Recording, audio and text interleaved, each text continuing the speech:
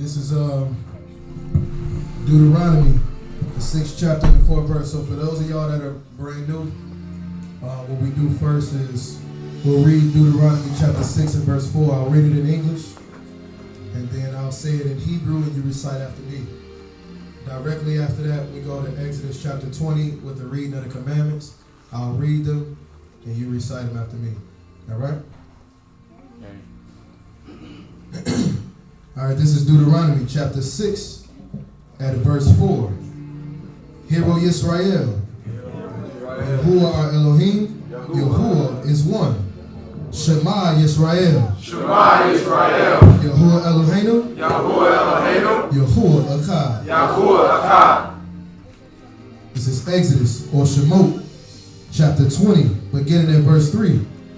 We will have no other mighty ones. We will have no other mighty ones Against the Most High. against the Most High. We will not make any carved image We will not make any carved image or any likeness or any likeness of that which is in Shamayim above, of that which is Shamayim above, or which is in the earth beneath, or which is in the earth beneath, or which is in the waters under the earth. or which is in the waters under the earth. We will not bow down to them, We will not bow down to them, nor serve them. nor serve For them. Yahuwah El For Yahuwah is a jealous El El, is a jealous El, visiting the wickedness visiting the of the wickedness fathers on the of children, the fathers on the to children, the third and fourth to generation the third and fourth generation of those that hate of him, those that hate but him, showing kindness but showing to kindness thousands of to those thousands of who those love him who love him and keep his commandments. and keep his commandments. We will not bring the name We will not bring the of name Yahuwah of El Yahuwah to El nothing. to nothing. For Yahuwah For will Yahuwah not leave us unpunished, not leave us who unpunished, brings his name to who nothing. brings his name to We nothing. will remember the Shabbat We day will remember the Shabbat to day, keep it Kodesh. to keep it Kodesh. 6 days we will labor 6 days we will and labor do all our work. and do all our But work, the seventh day but the seventh day is the Shabbat. is the Shabbat. Yahuwah El. Yahuwah El. For in 6 days For in 6 days, Yahuwah made Shamayim Yahuwah made Shamayim and the earth and the earth and the sea and the sea, and all that is in them, all that is in them. and rested the seventh day. And the rest of the seventh day, Therefore Yahuwah barak the Shabbat day. therefore Yahuwah will rock the Shabbat day. We will respect our fathers We will respect our fathers and our mothers, and our so mothers, that our days are so long that our days are long upon the earth. upon the earth. We will not murder. We will not We murder. will not commit We adultery. will not commit We adultery. will not steal. We will not steal. We will not bear false witness We will not bear false witness against our neighbor. against our We neighbor. will not covet We will not covet anything anything that is our neighbor. that is our neighbor's. Father, Yah, we give thanks for this day, Father. For your set-apart Sabbath, Father, for the day to rest, Father, for the day to give reverence and obedience unto you, Father. We thank you for every soul that is gathered here today, Father. We pray and ask, Father, that edification go forth, Father. That your Ruach, Father, would allow utterance unto the speaker, Father, and understanding unto the hearer, so that we all may be doers of your word, Father. We thank you for everyone who is watching on the live stream and pray and ask that they be edified according to your word, Father.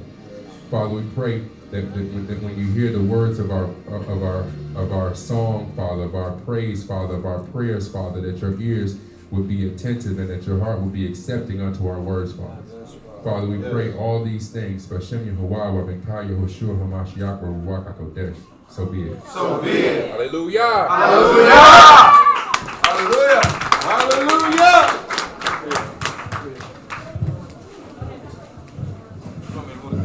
Yes, sir. You don't got it. You said move it. Yeah. Y'all ready to praise the Most High? Y'all ready to praise the Most High? We got something to praise for today. Zach, you want me to turn this so you can see? You want me to turn it?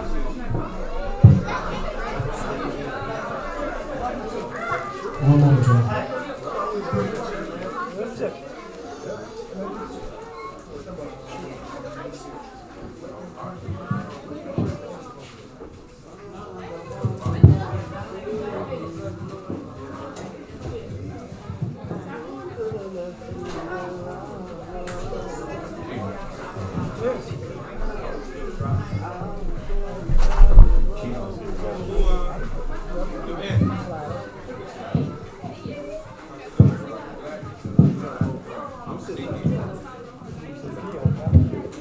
Kids don't get nobody.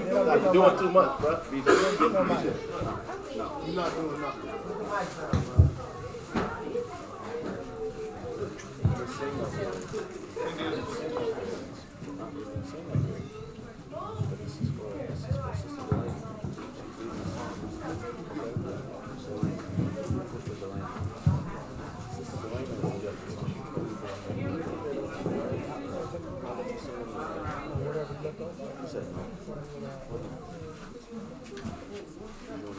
Hallelujah.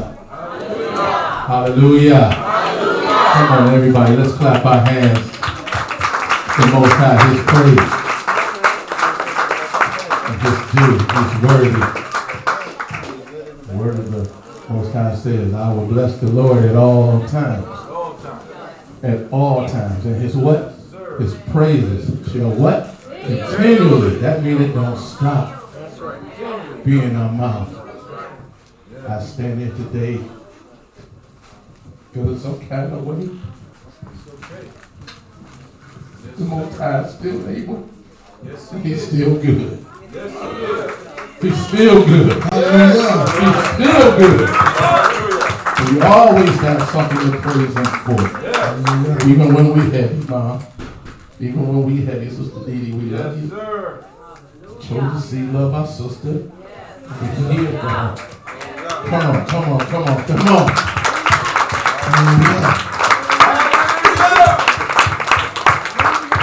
Hallelujah. We hurt because our sister hurt. We're wounded, but we still going to give the Most High His praise today. Hallelujah.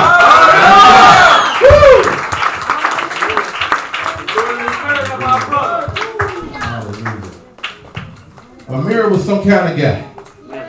One of a kind.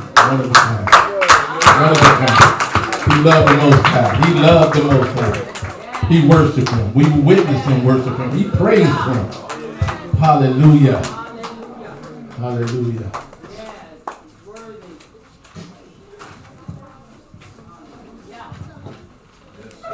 Hallelujah.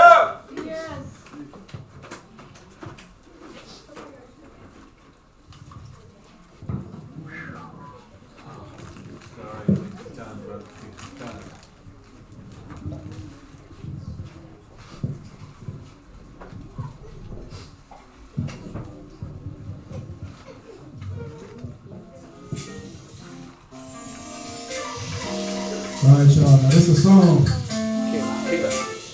that ain't got too many words, but the meaning is everything. Now, I want y'all to really engulf yourself in what this is going to be saying, right?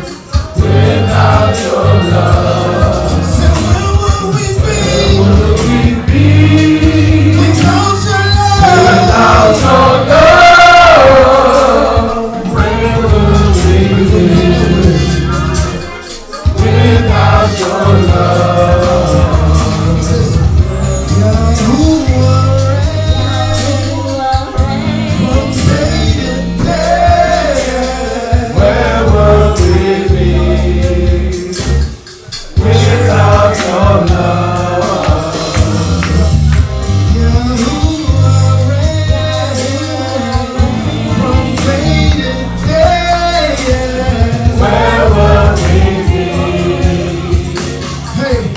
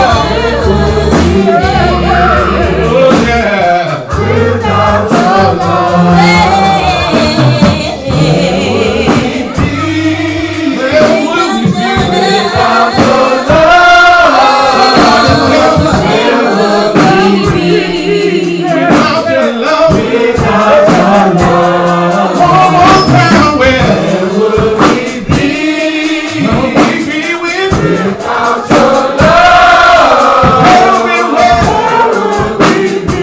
we couldn't make it no more. We couldn't breathe no more.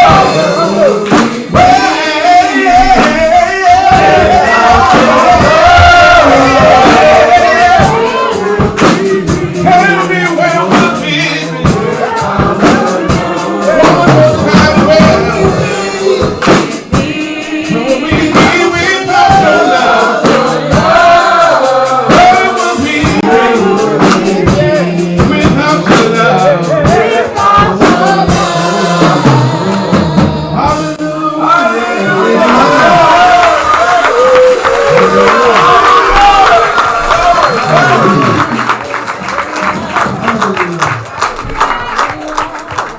Where would we be without the love of the Most High?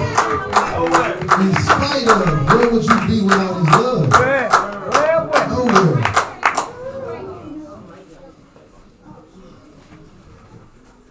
Absolutely nowhere. This next song is what I call a Johnny favorite. You know what I'm saying?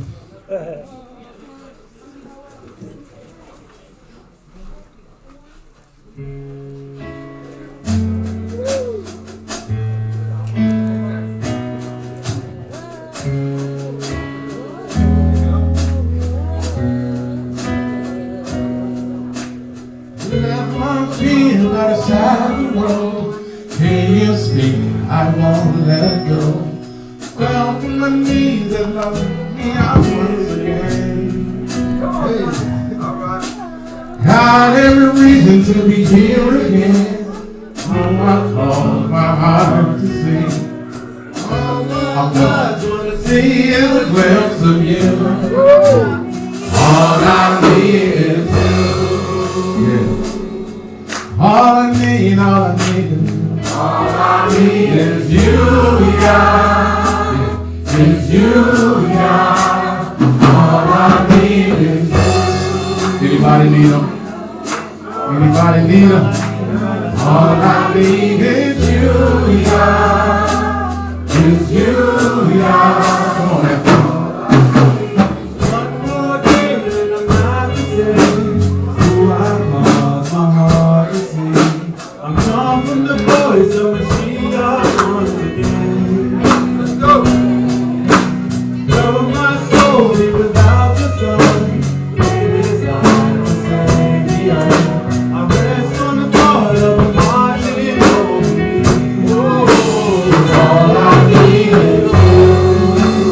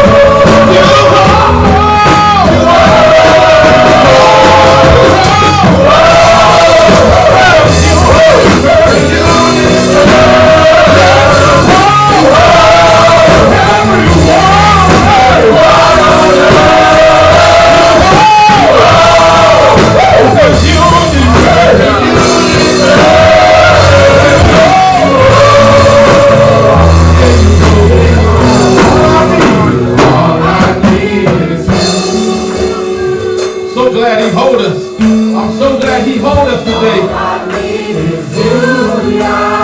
make it without him. Can't move without him. All I need, all I need, all I need is oh, oh, all I need, all I need, all I need, all I need is you. All I need is you, Come on, do you mean it? All I need is you. When nobody else can fix it, all I need is you. Yeah. All I need is you. Hallelujah.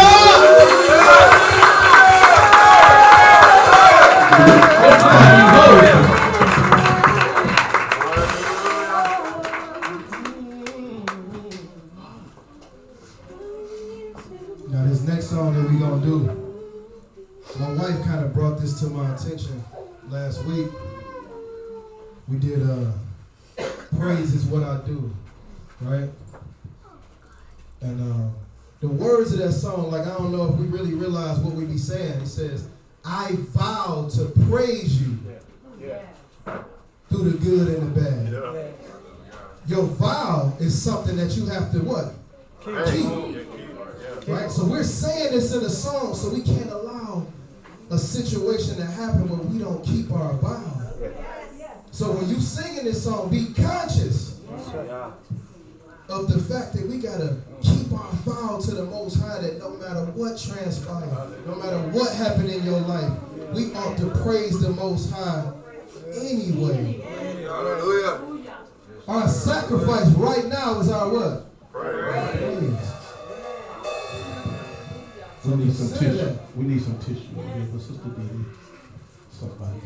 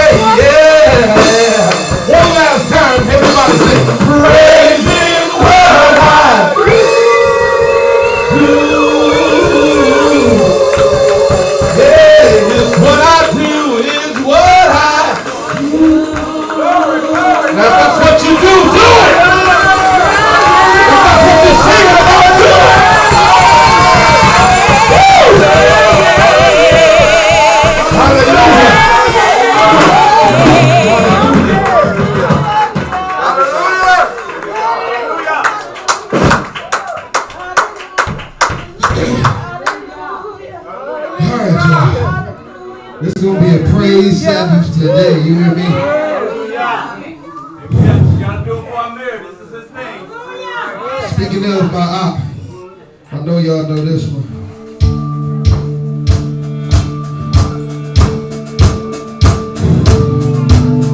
Hallelujah.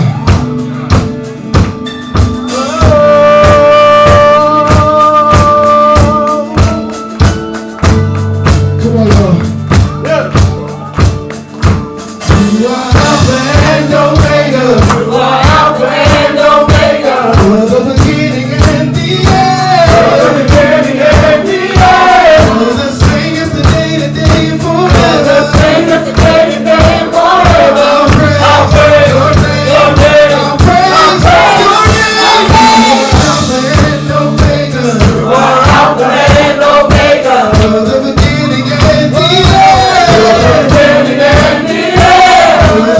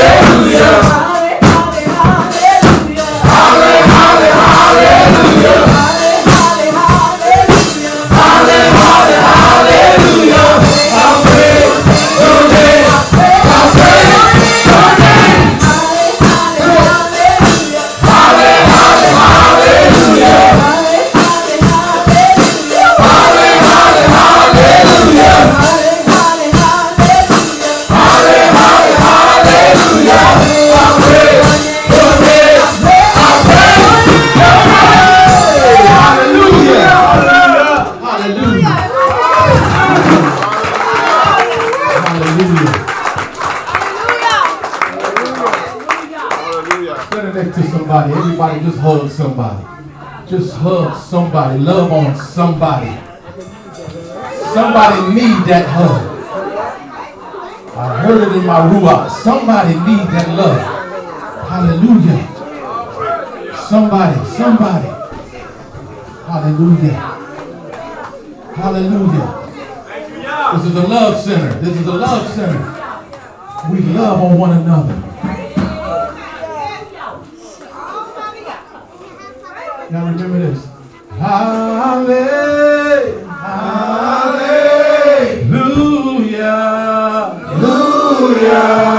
Hallelujah.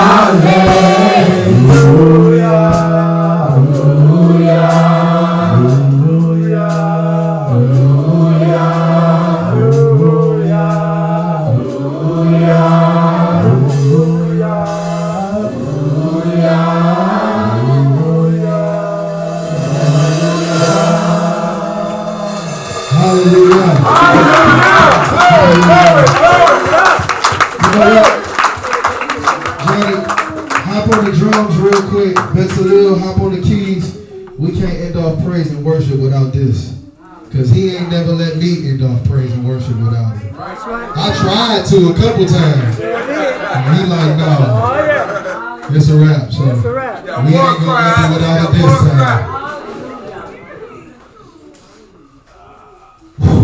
Hallelujah. Hallelujah. Hallelujah. Hallelujah.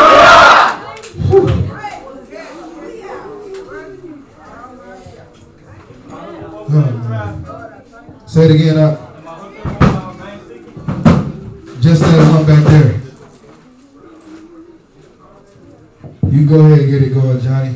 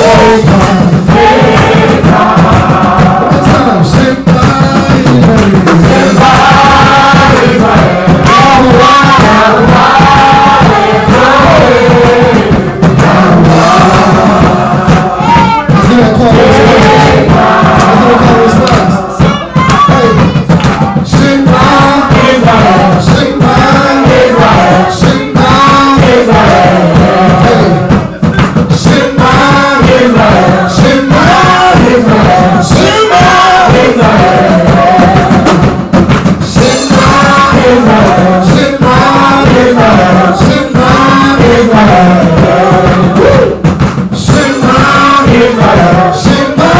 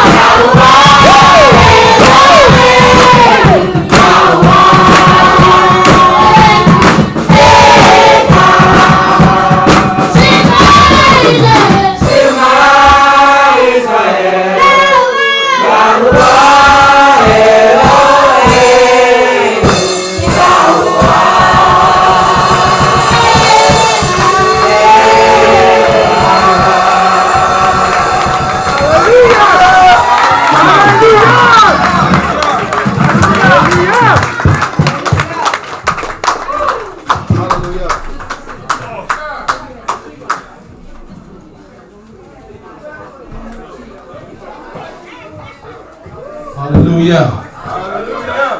Hallelujah, Israel. As we got to stay in the ruach of worship and get ready for the word. Let's bring it down. I leaned over and I asked our sister, Dee Dee, does she have anything that she wants to say? And she said yes. So we're going to welcome Sister Dee Dee up. Hallelujah.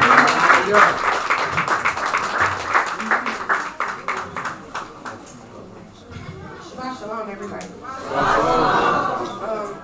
I just want to say thank you to Chosen Seed for all the prayers, the texts, the phone calls, the donations, everything.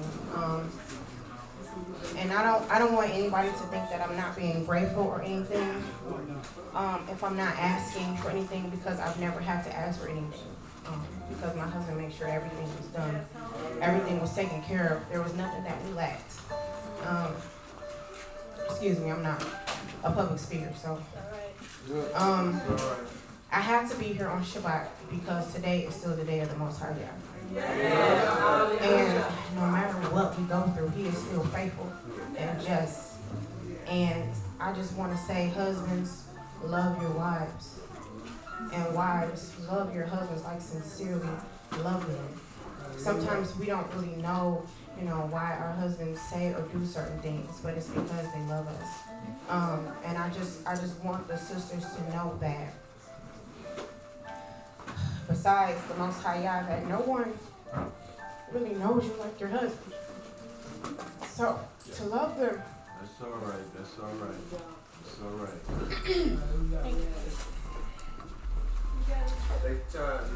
Years ago, when Amir and I were still in the church, we've always had a heart of worship for the Most High Yah.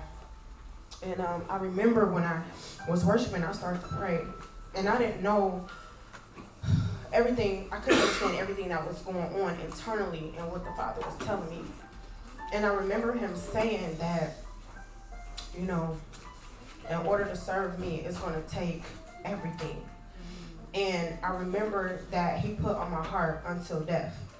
And I didn't know what that meant or, when or what would happen until now.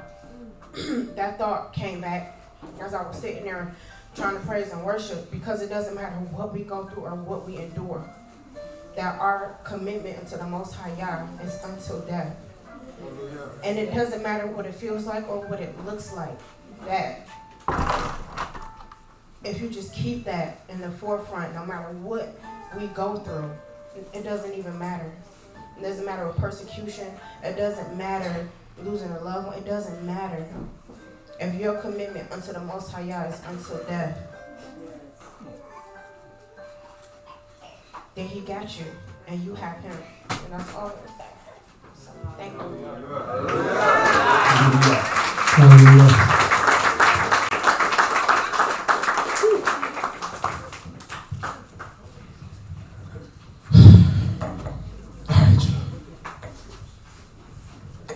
Y'all ready for the word?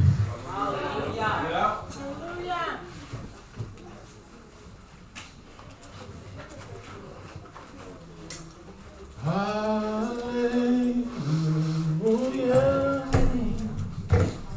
You have won the victory. Yes, Father. Hallelujah.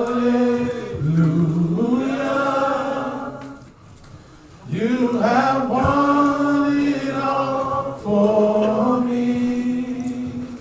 Death could not hold you down. You are the risen King, seated in majesty. You are the risen King. Everybody, let's sing hallelujah. Hallelujah. Oh, you have won the victory. Everybody.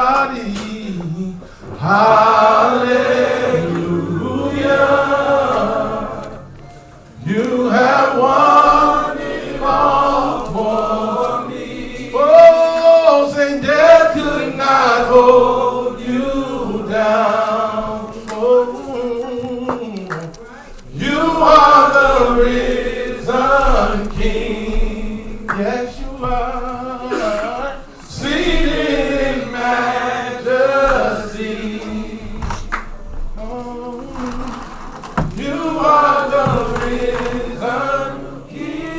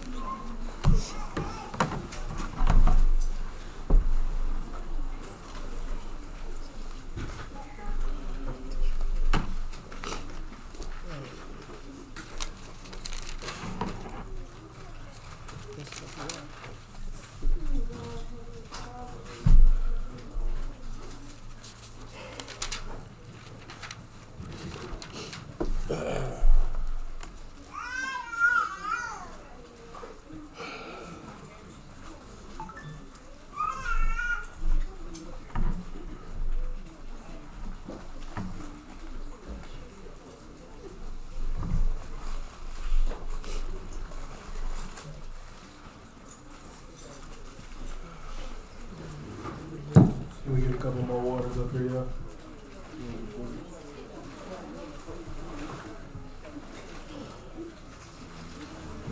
All right, y'all. Visitors. Y'all know what I'm trying to say. Visitors. Yeah. First time. Visitors. If you would stand, introduce yourself. We'd appreciate it. No pressure. No pressure.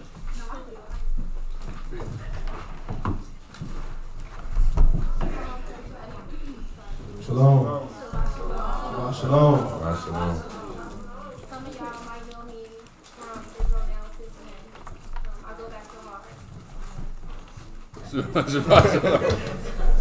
That's it. Shalom. My sister is Tanika, my niece is Charlie, and my daughter is Asha. Shalom. Shalom. And you know y'all amongst family. You know what I'm saying?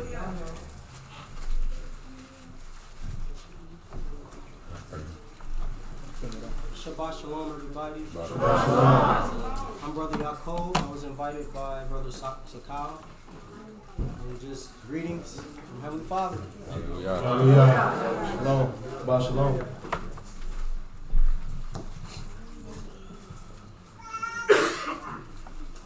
Well, for the visitors that's here, just feel free. Y'all gotta kind of bear with it, you know. We gotta, so it's a little bit yeah, it's definitely emotional. It's a lot emotional. But we want to still say welcome.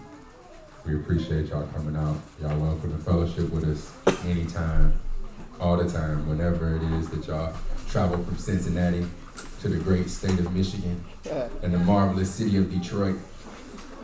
Feel free to fellowship with us as we here. Brother Yaakov, we appreciate you. Sakal, we appreciate you always inviting people out. Y'all feel welcome, man, to be with us today. It's a special day.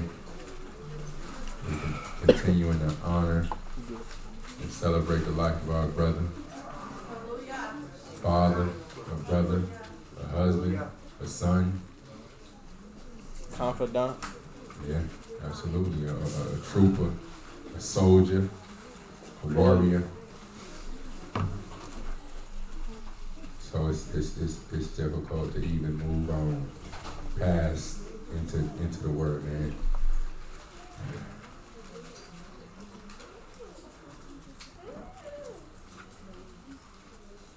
Say this about Brother Amir, you know, and it's real evident with the young brothers, man, with BJ and Kali and Jordan and Caleb and Henry even now and CJ. Like it's like along with Trav, Amir, Johnny, like it made it cool to like worship the Most High. Like before, you know, the young brothers wasn't getting up, but and you too. You know, let me look at you. My bad. He was out there like.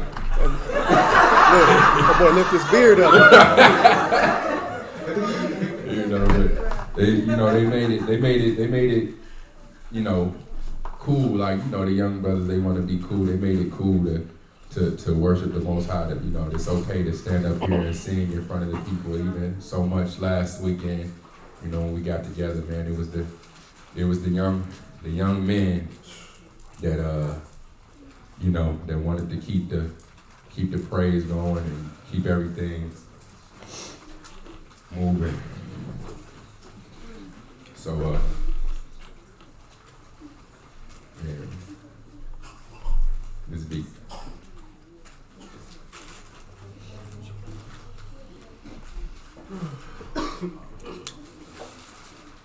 What's God about it for the mind? Let's as we transition into preparing for the word to go forth, thank the Most High, man. Thank the Most High for family. Thank the Most High.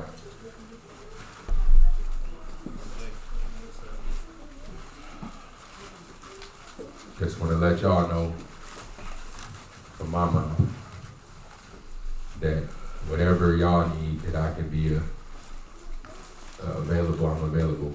Whatever it is that y'all need, just say the word. And I don't like to speak for other people, but I'm sure that goes for the rest of us. Without question. Without question.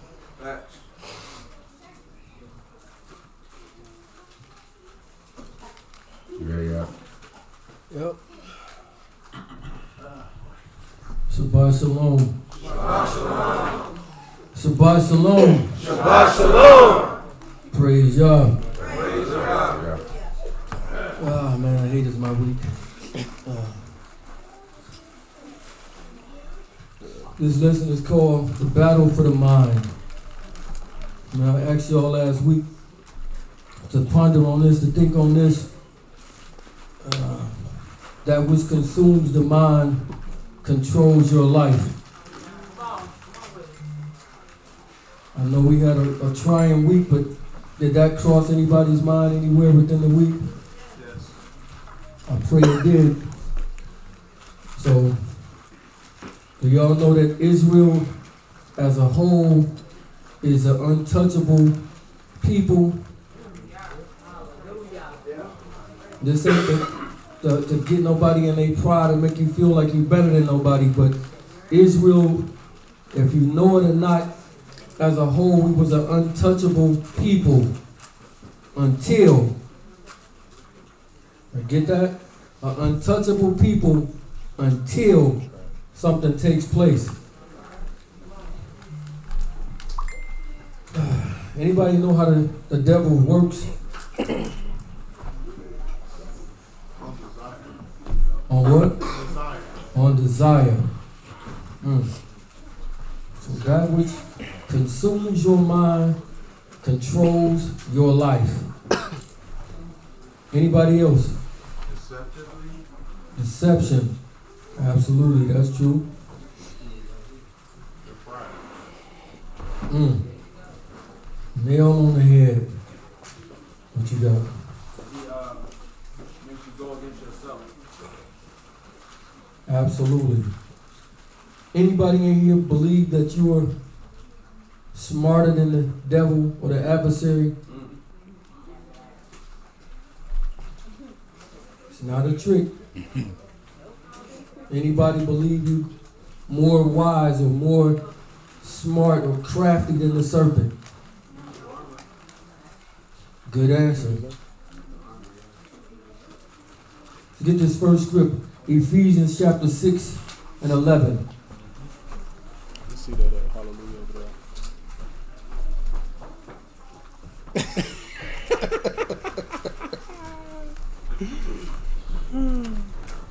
Look, the other hallelujah. You can't have that. You can't have that. Ephesians 6. Ephesians chapter 6, verse 11. The book of Ephesians, chapter 6 and verse 11. Put on the whole armor of Elohim. Do what? Put on the whole armor of Elohim. What does it mean to put on the armor of Yah? Put on his protection. Protection.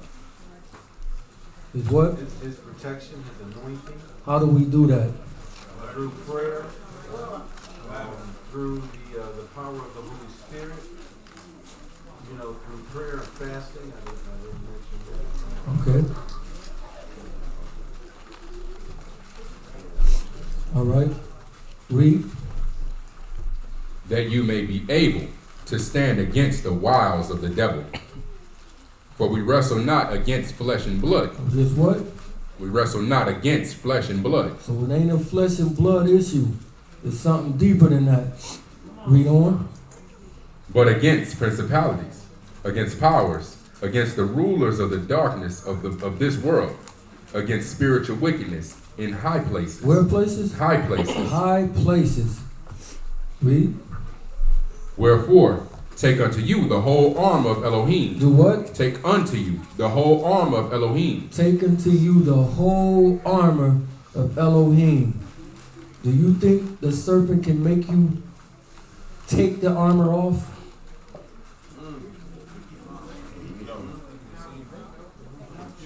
He can deceive you. So if you got this armor on, can he get you? He can't get you. Now if he were to walk up to you and tell you, take off your armor, would you take it off? Sure. But a lot of people done took it off. Yeah. A lot of people done took it off. And once you take it off, he got you. Read on. Wherefore, take unto you the whole arm of Elohim, that you may be able to withstand the evil day. The what day? The evil day. The evil day. Go ahead. And having done all, to stand. Stand therefore, having your loins girt about with truth, and having the breastplate of righteousness, and your feet shod with the preparation of the gospel of peace. Hold that right there. Get Isaiah chapter 11 and verse 5.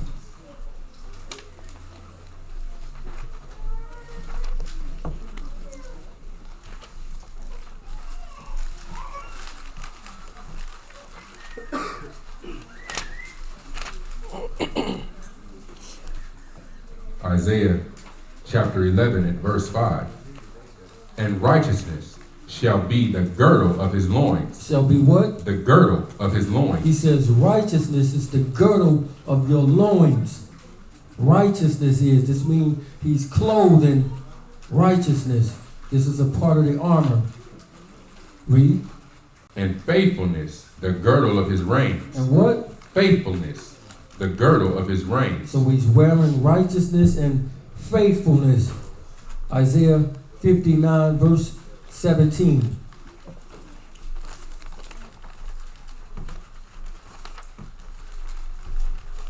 The book of Isaiah, chapter 59 and verse 17. For he put on righteousness. He did what? He put on righteousness. Read. As a breastplate, and an helmet of salvation upon his head. And he put on the garments of vengeance. He did on what? Put on the garments of vengeance for clothing. So he put these things on. He's covered with righteousness, with faithfulness, with vengeance. He's covered with these things. Once you're covered with these things, your adversary cannot get you. Right? So it says that you may be able to stand and face the wiles of the devil. Let's go back to Ephesians. Pick it up where you left off at. Verse 15, Ephesians 6 and 15. And your feet shod with the preparation of the gospel of peace. Above all, taking the shield of faith, wherewith you shall be able to quench all the fiery darts. Do what? You shall be able to quench all the fiery darts. All the fiery darts, read. Of the wicked. Of who? Of the wicked. Of the wicked. So if you know it or not, whether you know it or not, your adversary is always on a daily trying to kill you. Every day you wake up, every day you walk out your house, he is trying to kill you. Y'all know that? We're going to find out that he don't jump out the bushes with an axe or with a rifle and do none of these things. He's more clever than that. You the one that bring you the sweet potato pie when you move in? Exactly. He the smiling in your face guy that you least suspect. What verse you at, Mark? That was verse 17. Go ahead, read. Verse 18. Praying always with all prayer and supplication in Doing the Ruach. what? Doing what always? Praying always. Praying always. Read. With all prayer and supplication in the Ruach, and watching thereunto with all perseverance. With what? With all perseverance. So watching with all perseverance. Read. And supplication for all saints. For what? For all saints. For all saints. So your adversary is walking around as a roaring lion, seeking whom he may devour, trying to kill you. You need to know his tactics, right? When we do sports or whatnot, when we play an opponent, we have to study the opponent to know what they do, right? It's strategic, right? That's right. So when we watching these things, we got to know how the adversary moves, how he thinks, how he walks about. If you don't know these things, you're easy prey. 2 Corinthians chapter 2, verse 11. So we got to find out how this guy works. 2 Corinthians chapter 2, verse 11. The book of 2 Corinthians, chapter 2, at verse 11. Lest Shaitan should get an advantage over us. So do what? Shall get an advantage over us. For we are not ignorant of his devices. We're not what? Ignorant of his devices. So you need to know about his devices, his wiles, the way he moves. Don't be ignorant of his devices. Read. Furthermore, when I came to Troas. We're good right there. Okay. 1 Timothy chapter 3, verse 6.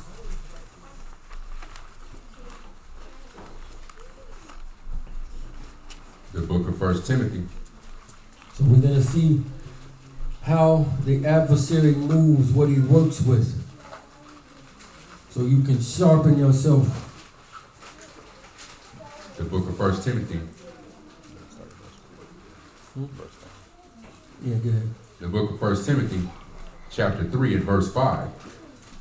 For if a man know not how to rule his own house, how shall he take care of the assembly of Elohim? Read that again. For if a man know not how to rule his own house, how shall he take care of the assembly of Elohim? Read. Not a novice, lest being lifted up with pride. Lifted up with what? With pride. Lifted up with pride. Do y'all know what he taught Eve? He taught Eve pride. Keep that in mind. Read that again, huh? Not a novice, lest being lifted up with pride, he fall into condemnation of the devil. Of what? Of the devil. Of the devil. So what got him kicked out was pride. What he taught Adam and Eve was pride. Anybody know how pride works?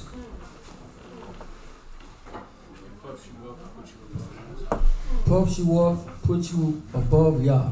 Anybody else? Trust yourself. Somebody said something back there?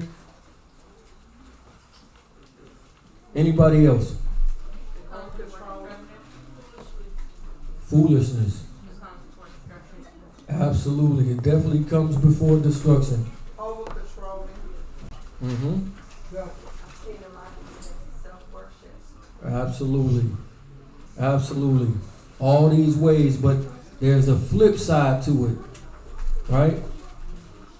There's something that's called false humility. That's pride as well. Right? So if you know about the Amish people, how they came to be, they tried to run from pride so far away from it. This is why they started dressing like they started dressing and wearing the clothes that they was wearing, no design or nothing, trying to get completely away from pride altogether. But end up, they started trying to compete with each other. Who can be the meekest? Who can be the lowliest? So one say, I'm so meek and lowly, I don't even comb my hair. I don't even brush my teeth. That's how meek I am. I don't need no false vanity, no nothing. So another one say, well, if he do that, then I'm going to wear dirty clothes every day and I'm going to be even meeker than him. Right? And this is still nothing but pride. So when somebody come talking to you crazy, guess what they in? They in their pride. But when you respond back to who you think you're talking to, you can't say nothing like that to me. Guess what you just jumped in?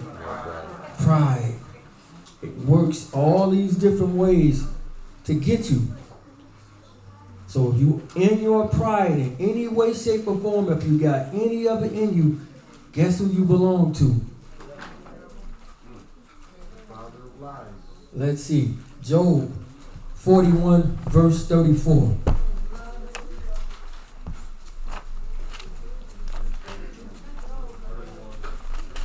And remember, there is no good pride.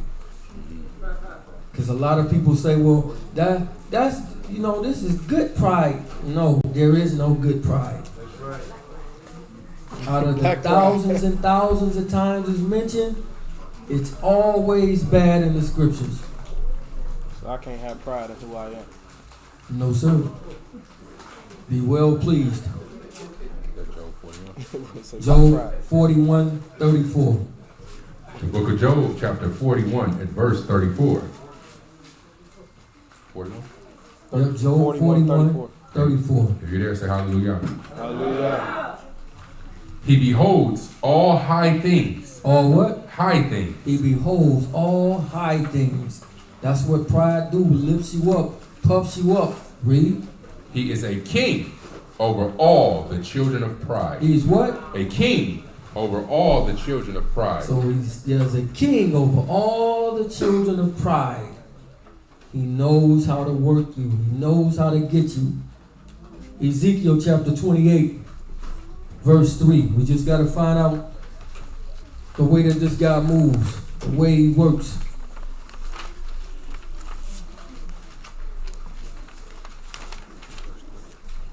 Pick it up at verse 3. The book of Ezekiel, chapter 28 and verse 3. Behold,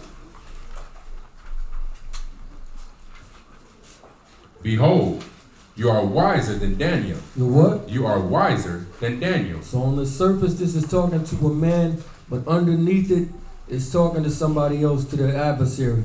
Read. There is no secret that they can hide from you. With your wisdom and with your understanding, you have gotten riches, and have gotten gold and silver into your treasury. That what? Have gotten gold and silver into your treasury. So notice it says how wise he is. He's even wiser than Daniel. Any of us wiser than Daniel in here? So this guy is wiser than Daniel. And through this, he's got rich. Remember, that which controls the mind controls your life. 1 Peter chapter 5, verse 8.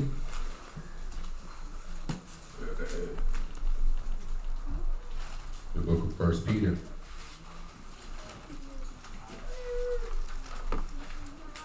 The book of 1 Peter chapter 5 and verse 8. Be sober, be vigilant, because your adversary, the devil, as a roaring lion, walks about, seeking whom he may devour. Notice what it says, to be sober, be vigilant. But what if you're not sober? It can easy. He already smarter than you anyway. He got you. Read that one more time. Be sober, be vigilant, because your adversary, the devil, as a roaring lion, walks about, seeking whom he may devour. Doing what? Seeking who he may devour. So he's walking around every day trying his best to kill you. He can't physically do it at the moment. Can't physically do it. So put on the whole armor. He out to kill you. John chapter 8, verse 44.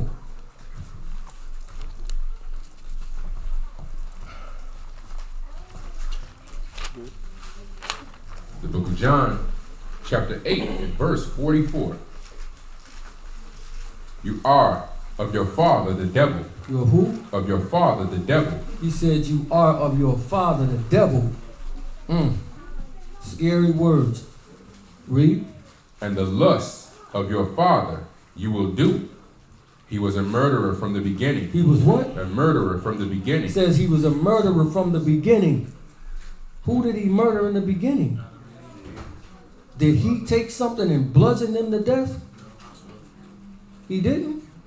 So how did he kill him?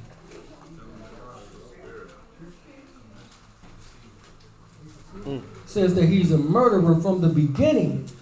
From the beginning, that's Genesis, right? So, did he jump out and hack him to death? Pull out an AK and shoot him? He didn't do none of that? Wow, but he's a murderer from the beginning. Read. And the lusts of your fathers you will do. He was a murderer from the beginning, and abode not in the truth, because there is no truth in him.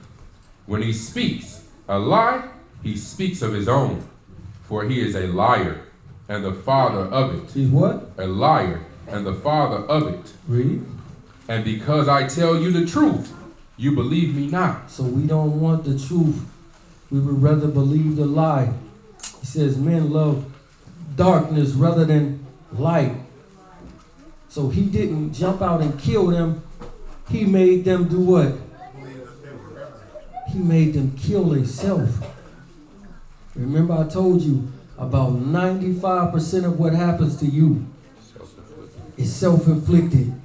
Your adversary is so smart that he hand you the gun and make you kill yourself. We're going to see it as we get deeper into this. He's so smart and crafty that he'll make you kill yourself. Yeah. Read that last verse again. And because I tell you the truth, you believe me not. Which of you convinces me of sin? And if you say the truth, why do you not believe me? And if I say the truth, why do you not believe me? Why do you what? You not believe me. Why do you not believe? So he's got control of most people's mind. What's supposed to be on your mind? The law. Let's see. Deuteronomy chapter 6, verse 6.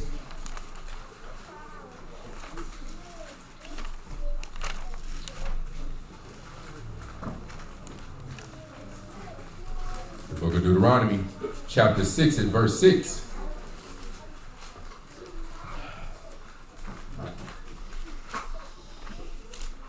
And these words, which I command you this day, shall be in your heart, and you shall teach them diligently unto your children, and shall talk of them when you sit down in your house. When you do what? When you sit down in your house. So when y'all kicking it at the house, instead of watching the Real Housewives of Atlanta and all of that, guess what you really should be doing? You should really be in your book. Read. And when you walk by the way. When you do what? When you walk by the way. So when you walk by the way, what should you really be doing? You should be in your book. Read. And when you lie down. When you do what? And when you lie down. This should be on your mind when you lie down. Read. And when you rise up. First thing you do is say your prayers. Right? It's supposed to be on your mind all the time. If this is on your mind all the time, you would keep your armor on. This is not a suggestion either. Exactly. He's telling you to do this. This is a command. So if this was on your mind all the time, you wouldn't go anyplace else with it. You wouldn't be tricked to take your armor off. Right? What verse you at? Read. And you shall bind them for a sign upon your hand. Upon what? Upon your hand. Bind the commandments for a sign upon your hand. That means your work. Read. And they shall be as frontlets between your eyes. Frontlets where? Between your eyes. What's between your eyes? The mind. Your forehead. This is what's supposed to be on your mind. Remember, that which consumes the mind controls your life. Supposed to keep this on your mind all the time. John chapter 3, verse 18.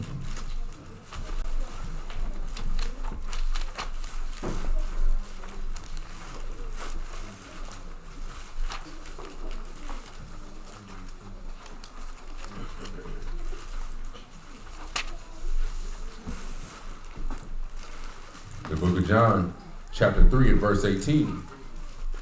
He that believes on him is not condemned, but he that believes not is condemned already. Read that one more time. He that believes on him is not condemned, but he that believes not is condemned already, because he have not believed in the name of the only begotten Son of Elohim.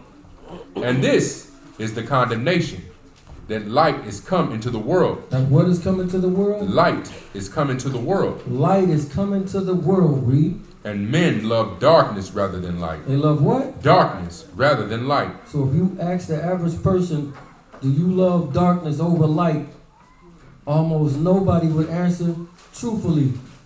But it shows us that it's only a remnant that's going to make it. So guess what? Most people love darkness over light. Read. And their deeds were evil, because their deeds were evil. For everyone that does evil has the light neither come to the light. Verse 20. For everyone that does evil hates the light. Does what? Hates the light. So if you do evil, it shows that you hate the light, even if you say you love it with your mouth. Read. Neither comes to the light, lest his deeds should be reproved. But he that does truth comes to the light, that his deeds may be made manifest, that they are wrought in Elohim. In who? In Elohim. In Elohim.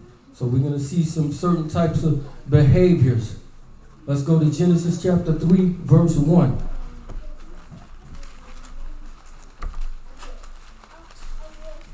So the commandments are supposed to be in your hands and in your forehead. If they're in your hands and in your forehead, they automatically would be in your heart.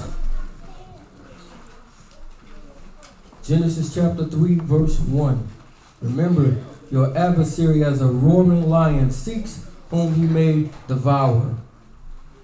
Read. The book of Genesis chapter 3 and verse 1. Now the serpent was more subtle than any beast of the field which Yahuwah Elohim had made. And he was holding weapons, mass weapons of war. Read. And he said unto the woman, Yea, have Elohim said, You shall not eat of every tree in the garden? And the woman said unto the serpent, We may eat of every tree, we may eat of the fruit of the trees of the garden, but of the fruit of the tree which is in the midst of the garden, Elohim have said, You shall not eat of it, neither shall you touch it, lest you die. Lest you what? Lest you die. Lest you die. Y'all told him straightforward. The day you eat thereof, you're going to die. But you must love a lie. Most people love lies. Read. And the serpent said unto the woman, You shall not surely die. Opposite. Read. For Elohim does know that in the day you eat thereof, then your eyes shall be open. Your what? Your eyes shall be open. Oh, he hanging something back from me. It's something that he's trying to keep me from knowing. He's trying to keep my eyes closed. Read. And you shall be as Elohim. You mean I can be my own God? I can make my own rules? I can have nobody over me? Ain't this the thing? Because most people hate authority, right? No rules. I want to be lawless. I want to be able to make my own decisions. I want to be able to say, I can be with a man, and you can't tell me that that's wrong. It may be wrong to you, but not to me. This is what it's all about. This is pride that he's teaching him right now. Read. Then your eyes shall be opened, and you shall be as gods, knowing good and evil. Knowing what? Good and evil. Knowing good and evil. Read. And when the woman saw that the tree was good for food. It was what? Good for food. It was good for food and what? And that it was pleasant to the eyes. It was what? Pleasant to the eyes. It was ugly and hideous, and worms and maggots was coming out of it, and it stinks. It was pleasant to the eyes. It was pleasant to the eyes. We love stuff that look good, right? We love stuff that look good, right? Shiny stuff, right? Most prostitutes, they wouldn't be classified as ugly, right? Depends on where you go. Or most strippers or whatever, they wouldn't be classified as the uglier ones, because after they go in there so many times, they see, I ain't making no money. I gotta get a new job. This ain't gonna work for me. Read. That boy been on Woodward? Somebody been on Woodward? All right. Well, let me find out. And when the woman saw that the tree was good for food, and that it was pleasant to the eyes, and a tree to be desired to make one wise. To do what? To make one wise. To make one wise. Ain't this one of the greatest tricks? Because everybody want to look wise. It's the reason why we got all of the books, right? It's the reason that we watch 1,000 videos in a week, because we all want to be wise, and he told you, don't be a novice, right? Least you be what? Puffed up with pride. Because everybody wants to be wise, and you want everybody to think that you know something more than what you know, right? I want to be deep. Right. I want to be deep. Check this out, brothers. Yo. Whew. Y'all ain't never seen this, what I'm about to bring out. Read on. And a tree to be desired to make one wise. She took of the fruit thereof, and did eat, and gave also unto her husband with her, and he did eat. He did what? Did eat. He did eat. So when they just took this and ate, what did they just do to themselves? Pop themselves. They murdered themselves. He didn't make them do it. He simply suggested it. He came as a friend. He ain't even say, get out and worship me or nothing. Just came as a friend, handed them the AK and said, blow your brains out. And they did it. Here, go to paradise. And here, y'all think y'all would take the gun from him and blow your brains out? No. That's the way to be firm with that no. No, I wouldn't do that. But you got to keep your armor on. If you don't keep your armor on, you're going to do it to yourself.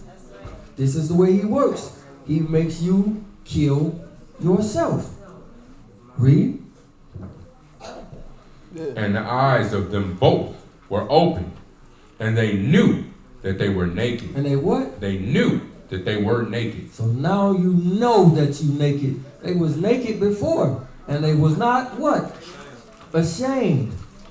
Read. And they sewed fig leaves together and made themselves aprons.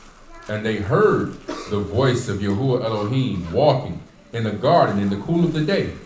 And Adam and his wife hid themselves from his presence. They did what? They hid themselves from the presence of Yahuwah Elohim. Now they hiding. Suddenly they feel stuff like fear and guilt and being ashamed when you never knew this stuff before. You did this to yourself. You was in paradise. It can't get no better than where you are right now. And he made you think that something was better on the other side. He made you think the grass was greener, but he didn't tell you that it was artificial turf. Right? He made you think that something is better than this over here, even though you're in a lap of luxury with no worries, no work, no nothing. Nothing but pleasure.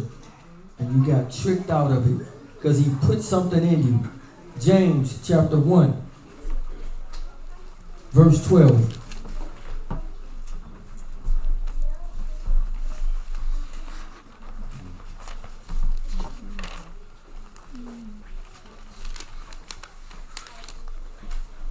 Verse 12. Yep.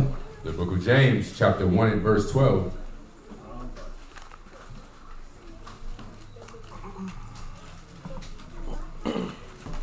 Increased is the man that endures temptation. That do what? That endures temptation. The only way you can endure the temptation is if you got on your armor.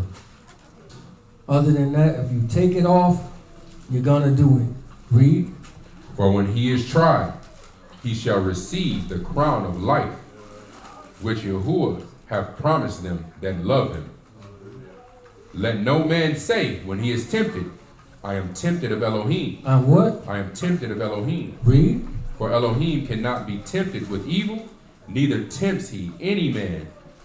But every man is tempted when he is drawn away of his own lust. With his what? With his own lust. With his own lust. It's self-inflicted. You do it to yourself. This is his great trick. Read. And enticed. Then, when lust hath conceived. When what? When lust has conceived. When lust has conceived, what does it bring? It brings forth sin. And what does sin bring? And sin, when it is finished, brings forth death. Brings forth what? Death. Brings forth death. So again, he didn't jump out on them with a hatchet or machete or nothing. He made them kill themselves. They did it to themselves. What verse you at? 16. All right. Let's go back to Genesis chapter 3.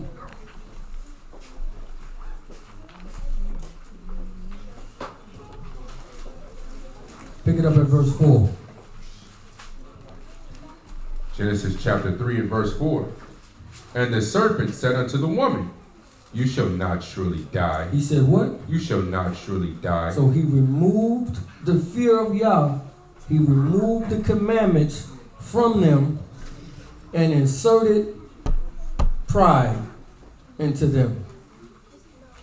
Now, since you did this, let's see how your life spins. Verse 16. Verse 16. Unto the woman he said, I will greatly multiply your sorrow. What? I will greatly multiply your sorrow. So the sorrows that a lot of our sisters be feeling, I'm having hot flashes, my mood swings, all come from this. The sorrow is brought to you by your foremother Eve. Right? Self-inflicted. This wasn't a part of the original plan. And don't disrespect her because she your mother. This wasn't a part of the original plan. This has come because of the consequences. Because you broke what I told you not to break. You took the armor off. Sorry. Read. I will greatly multiply your sorrow and your conception. In sorrow you shall bring forth children. And what? In sorrow you shall bring forth children. In sorrow you're going to bring forth children. I'm sorry to tell you, you're only dilated 2 centimeters. You gotta go home. You gotta go home. You gotta go home. You're only dilated. What?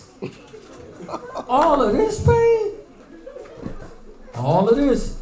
Self-inflicted. It comes.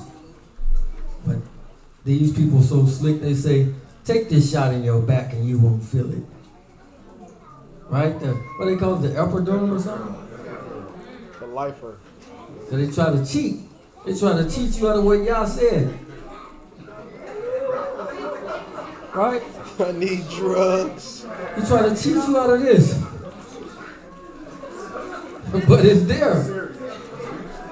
Yeah. He's trying to cheat you past the pain. When Yah says, in sorrow, you're going to bring forth children. Wow. See how slick it is? Well, I don't care. Shoot, pop me that shot. So you get them side effects. Read on.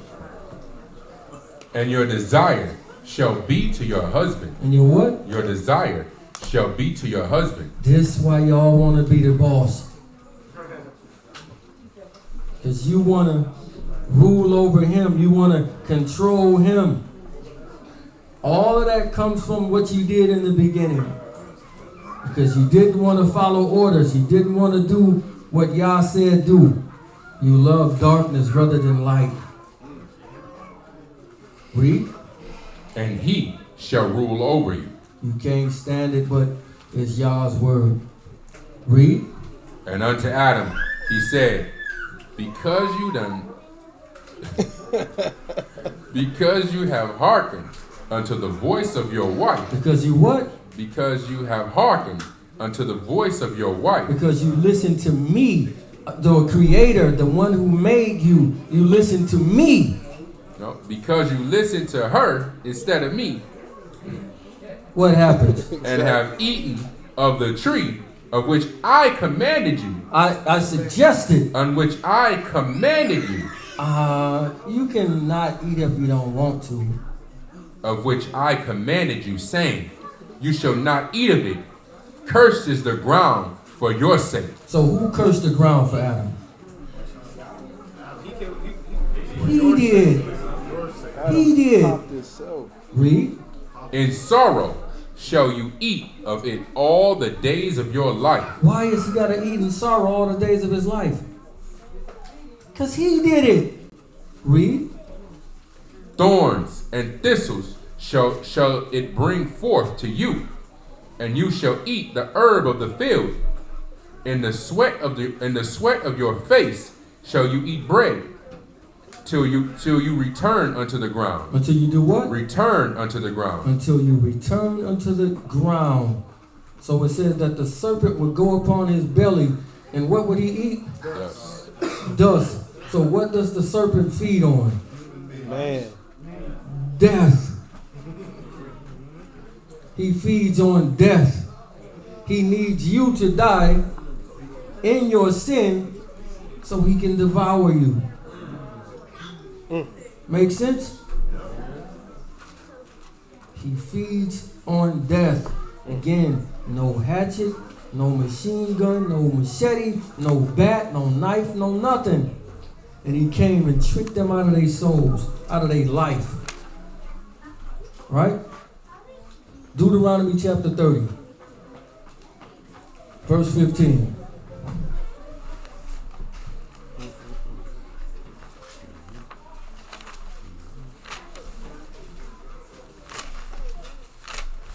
So y'all make everything simple and easy. Nothing is hard to be understood. It's no parables, no nothing. It's straightforward. Deuteronomy chapter 30, verse 15. The book of Deuteronomy, chapter 30, and verse 15. See, I have set before you this day life and good, and death and evil. Same thing he set before Adam and Eve with the two trees. So every day we are faced with these two trees, life and death. Every day we are faced with the two trees. Read. In that I command you this day to love Yahuwah your Elohim, to walk in his ways. How do you show that you love him? By doing what?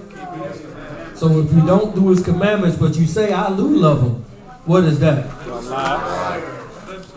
Wow, that's lip service.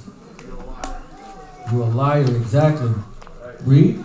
And to keep his commandments and his statutes and his judgments, that you may live and multiply.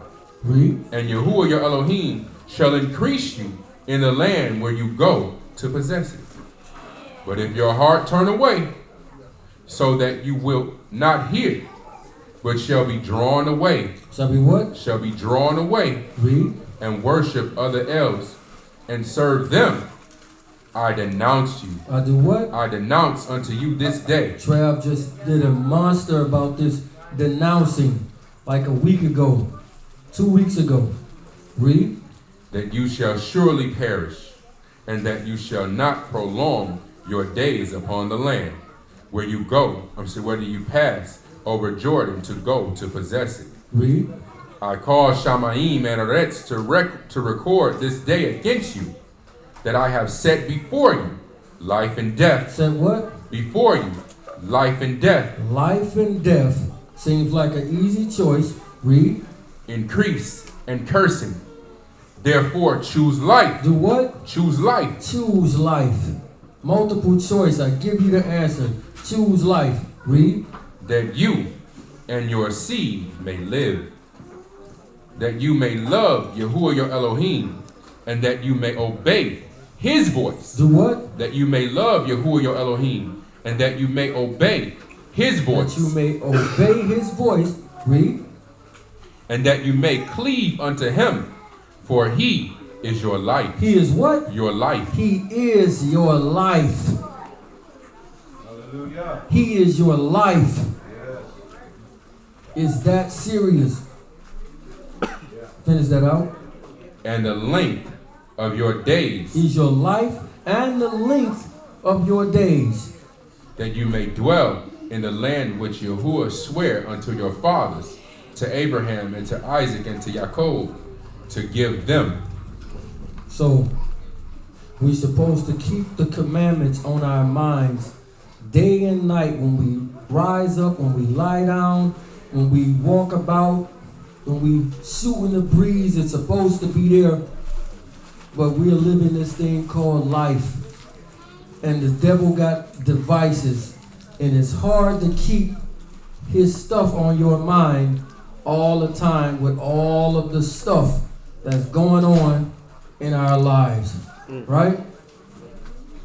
But if you don't, you are taking the armor off. Matthew chapter 13, verse 22.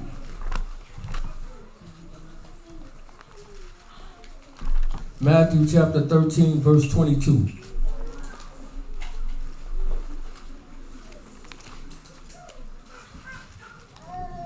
The book of Matthew chapter 13 at verse 22. He also that receives seed among the thorns is he that hears the word, and the care of this world. The what? The care of this world. He says the cares of this world. All of the stuff outside of the book that you care about, that you make important, that you feel like, ooh, I just got to do this. The cares of this world. Read.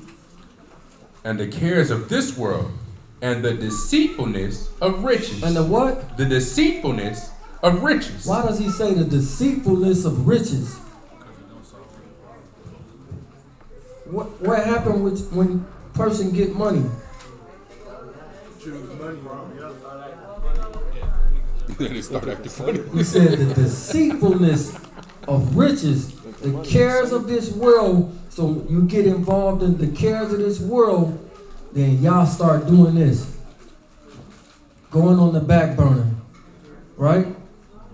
The deceitfulness of riches. So now everything you focused on is money, right? Now you will start to do anything for money. And you'll lose your common sense. Right? So when Adam and Eve was in that garden and they knew that Yah was coming, what was the first thing that they did? They hid themselves, and then what? They tried to cover themselves. So a prostitute or a stripper or whatever can go into a place with nothing on in front of strangers. They lost this thing, this common sense thing that everybody would do is to cover up. They don't got that no more. It's gone away. Just like when women walk around half naked, right? You lost something. Because your mind, because it's natural in you to try to cover up. Right? So when you do this, again, all common sense goes out the window. Because we are addicted to likes. Right? All types of foolishness. Addicted to sin. Read that last verse again, right? But he that receives seed into stony ground is he that hears the word. Verse 22. He that receives seed among the thorns is he that hears the word, and the care of this world and the deceitfulness of riches chokes the word. It do what? Chokes the word. It chokes the word. It ain't there no more. It's like the word in this bottle chokes it and it comes out. The word leaves you. And the cares of this world takes over. Luke chapter 21, verse 34. 24. Yep, Luke chapter 21, verse 34. 21, 34. The book of Luke, chapter 21, and verse 34. And take heed to yourselves, lest any time your hearts be overcharged with with surfeiting. With what? Surfeiting. Y'all know what that means? And like a heavy heart. Read. What's the what? Surfeiting is like gluttony and having like a heavy heart. Right? Read it from the Hallelujah. It says, and take heed to yourselves, lest your heart be weighed down by gluttony. Be what? Be weighed down by gluttony. So having a heavy heart, eating too much. And that, because you got a heavy heart, so we know when a lot of people go through something, they eat, they turn to eating. Greediness. Yeah, greed. Exactly. Greed. Read.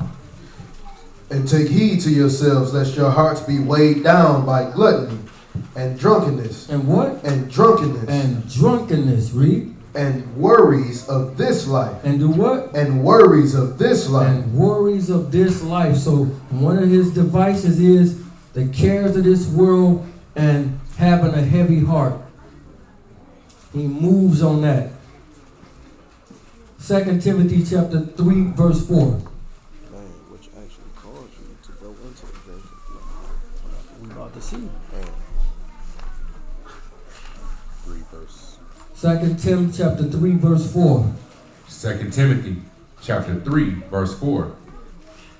Traitors, heady, high-minded, lovers of pleasures more than lovers of Elohim. He says, lovers of pleasure more than lovers of Elohim. That ain't nobody in here, right? Of course not. Lovers of pleasure more than lovers of Elohim. So he's talking about a heavy heart. He told you to be sober because your adversary walks as a roaring lion seeking whom he may devour. So when you get a heavy heart, this normally is something to cope with it. Genesis chapter 9, verse 20.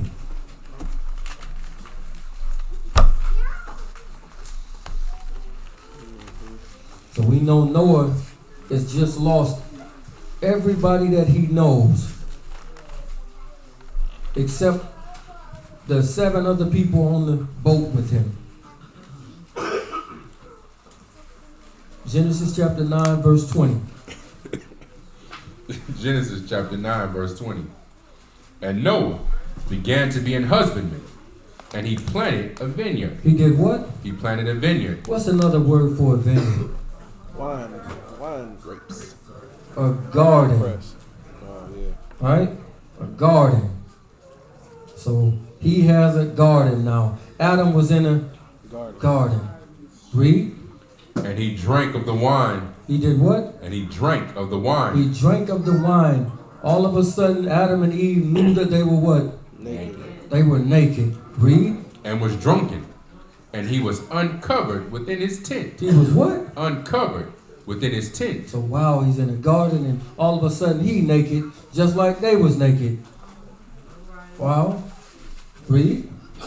And Ham, the father of Canaan, saw the nakedness of his father. So we know exactly what happened in this story through other lessons that we've done. Leviticus chapter 18 will show you better what took place with this. But if he was never drunk, the Canaanites never are born. They never come into the picture. Our chief enemies, right? So when he says, when the land that I will give you, don't mess with the Perizzites, the Girgasites, and all of these different people, they come from this act because Noah was drunk. If he don't do this, these people never come into existence. Keep that in mind. Our chief enemies, the people that went into the land, if Noah don't get drunk and lose his mind, this don't ever take place. Let's go to the next one. That's why you got to be sober, be vigilant. Genesis chapter 19, verse 30.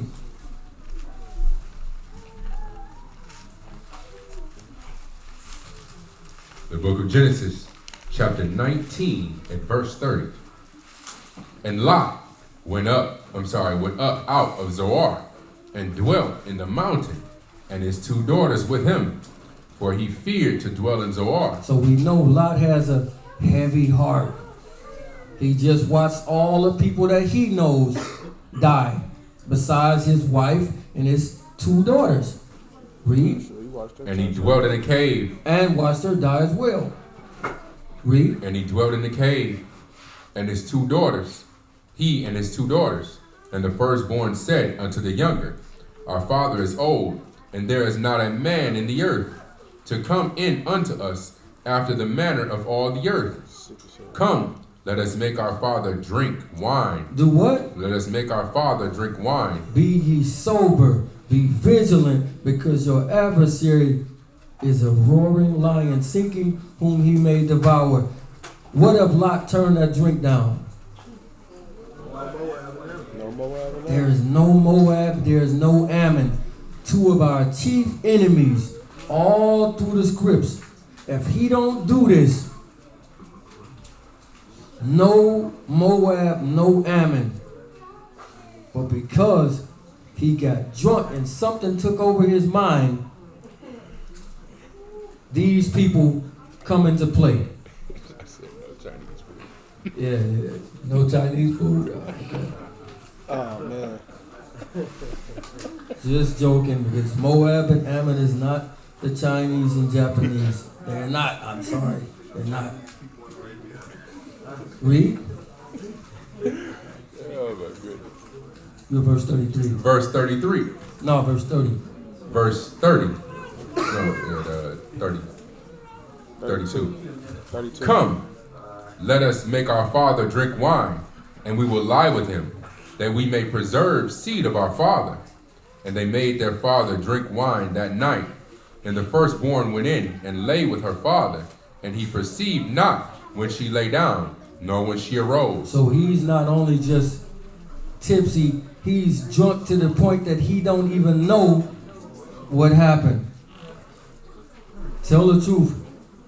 You ever woke up in a strange place before after you was drinking? No? Nobody? This ain't happening? Good for you. Good for you. They said nobody in here. Yeah, of course. Nobody. None of the saints in the chosen seed. Not no more. Right? She woke up in the bushes. That was some heavy drink. Not when he lie down, no when he arose. Not a good thing. Right. Wow, how am I on 90 miles? Wow. Oh, 90 miles. 90 miles. How did I get here? Wow, why is the heat all the way up and I'm about to melt? Goodness. Wow, so this is why you gotta be sober. This is why you gotta be, because the unthinkable can take place. It's a whole bunch of babies is made because of a bottle of Henny and something else involved. It's a bunch of mistakes. Right.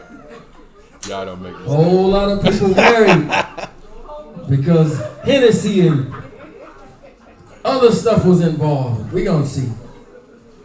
Be ye sober, be ye vigilant. I heard you, Johnny. Say Hennessy and Teddy P. Yep. You gotta do the new age. Hennessy.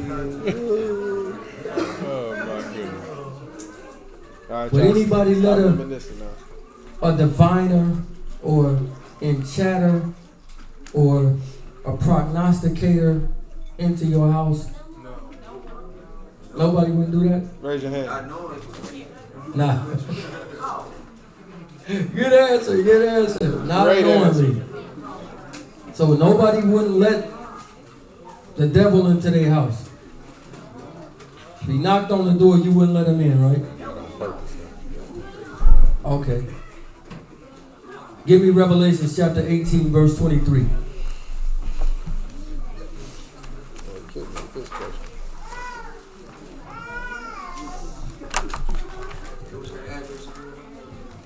Revelation chapter 18, verse 23. Yo, I like the way you said that. The address. I'm taking that. I'm taking. Yo, what's the address? I was about to be like 176. Revelation chapter 18 and verse 23. And the light of a candle shall shine no more at all in thee, and the voice of the bridegroom and of the bride shall be heard no more at all in you. For your merchants were the great men of the earth, for by sorceries were all nations deceived. By what? By sorceries were all nations deceived. So you go into this Greek word sorceries, it is the word pharmakai, where we get the English word pharmacy from. Anybody know anything about this? He says, by this all nations are deceived.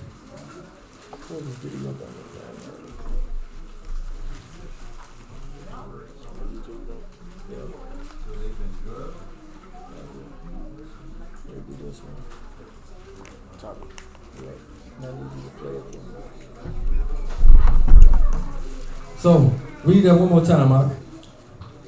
And the light of a candle shall shine no more at all in you, and the voice of the bridegroom and of the bride shall be heard no more at all in you. For your merchants were great men of the earth, for by your sorceries were all nations deceived. By your sorcery, or pharmakia, pharmacy, was all nations deceived. Isaiah 47.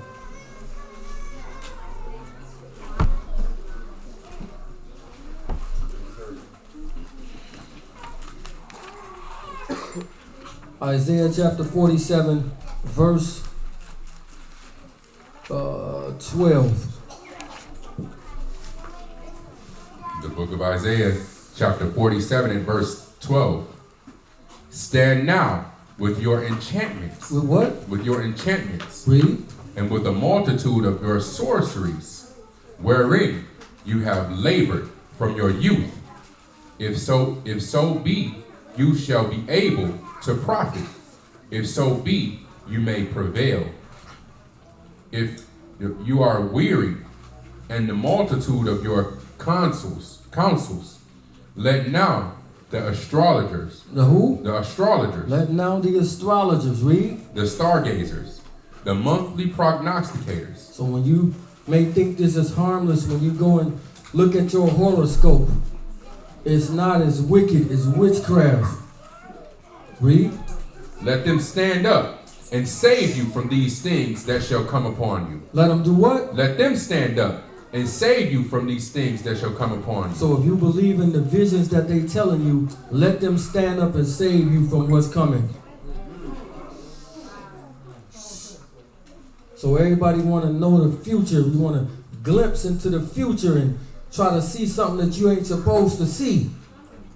Right? That's what this really about. Ooh, they do be right though.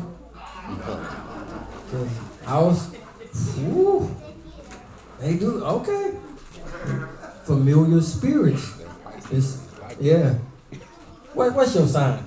You a Pisces? See, I can't get along with no Pisces to save my life. I'm not, oh no. Whew, a Leo? Oh, y'all are so arrogant and stuck up, it's a shame. So why can't you tell me that before I tell you my sign? Oh, now when I say this, now you can put me in the box. Wow. So we got sisters out here burning sage. I'm going to keep the devil out to get the bad spirits out, right? You know, burn this stuff up and do these things, right? Let's see something. Let's play this video for me, y'all.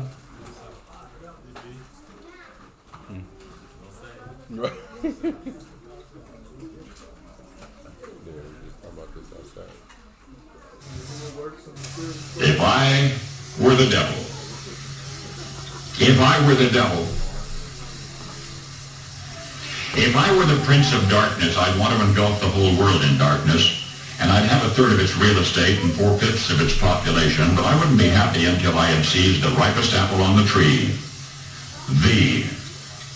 So I'd set about, however necessary, to take over the United States. I'd subvert the churches first. I'd begin with a campaign of whispers. With the wisdom of the serpent, I would whisper to you as I whispered to Eve, do as you please.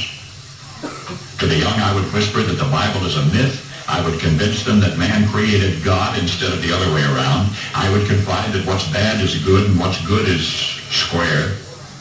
And the old I would teach to pray after me, Our Father, which art in Washington. And then I'd get organized. I'd educate authors in how to make lurid literature exciting so that anything else would appear dull and uninteresting. I'd threaten TV with dirtier movies and vice versa. I'd peddle narcotics to whom I could. I'd sell alcohol to ladies and gentlemen of distinction. I'd tranquilize the rest with pills. If I were the devil, I'd soon have families at war with themselves, churches at war with themselves, and nations at war with themselves, until each in its turn was consumed. And with promises of higher ratings, I'd have mesmerizing media fanning the flames. If I were the devil, I would encourage schools to refine young intellects, but neglect to discipline emotions. Just let those run wild. Until before you knew it, you'd have to have drug-sniffing dogs and metal detectors at every schoolhouse door. Within a decade, I'd have prisons overflowing. I'd have judges promoting pornography. Soon I could evict God from the courthouse, then from the schoolhouse, and then from the houses of Congress. And in his own churches, I would substitute psychology for religion and deify science. I would lure priests and pastors into misusing boys and girls and church money. If I were the devil, I'd make the symbol of Easter an egg and the symbol of Christmas a bottle. If I were the devil, I'd take from those who have and give to those who wanted until I had killed the incentive of the ambitious. And what'll you bet? I could get whole states to promote gambling as the way to get rich. I would caution against extremes in hard work, in patriotism, in moral conduct. I would convince the young that marriage is old-fashioned, that swinging is more fun, that what you see on TV is the way to be. And thus I could undress you in public, and I could lure you into bed with diseases for which there is no cure. In other words, if I were the devil, I'd just keep right on doing what he's doing. Paul Harvey. Good thing. So you listen at that. Do you see any of those things that man was talking about? Everything. 65. Wow. 1965. This man said these things. And today, we are living in it. He said, he's going to make you believe what you see on TV is real. TV, television. It's telling a vision. It's telling our people how to live and what success is. What beauty is. So you can't keep Yah in your mind because the TV and the internet and all of this stuff got your mind gone. Because we focus on everything but Yah. Through the TV, through telling a vision. So if you say, what's the meaning of success? What's the meaning of that word? Exactly. This is the first thing that comes to the mind. But success is if I set a goal and say, I'm going to fast to the end of the day, and I fast at the end, all the way to the end of the day, guess what I am? Successful. But they have put this into your mind to make you believe what you see on TV. So girls is twerking and doing all of this stuff because they what? They see it on TV. This is real. My nose need to look like this because that's what they put on TV. Get rich or die trying because this is what's put on TV to keep your mind. So even if you burn the sage in the house and say, I'm going to get the bad spirits out, every time you turn your TV on, guess what you do? You let them right back in. Remember I told you, if you don't know how to watch TV, turn it off. Most of us don't know how to watch it. We don't know what's real and what's fake and ask, why are they showing me this? Right? It's corrupting your mind. It's controlling your thoughts to make you think this is what you really want. This is what you need. That's what you need to be successful. And it's like he said, what you need to be successful. If you don't have these things, then you not successful. They force school on you, right? You need to go to school. Why not tell them to get a trade or something? So you can get in debt, right? So you go to school to get a good job, but then you get a good job just to pay off the debt. Does that make any sense? Oh, yeah, I got a PhD and a something degree, but I'm like 50,000 in the hole. And I ain't gonna be able to pay it off until I'm well up there. That's right. So even when you making $30 an hour, it's like you making 10. You see how clever the guy is? See how clever he is? But he got us addicted to sin. He got us addicted to it. When you try to live right, guess what? He's coming for you. Give me Revelation chapter 12, verse 17. He said he was going to peddle narcotics to the people.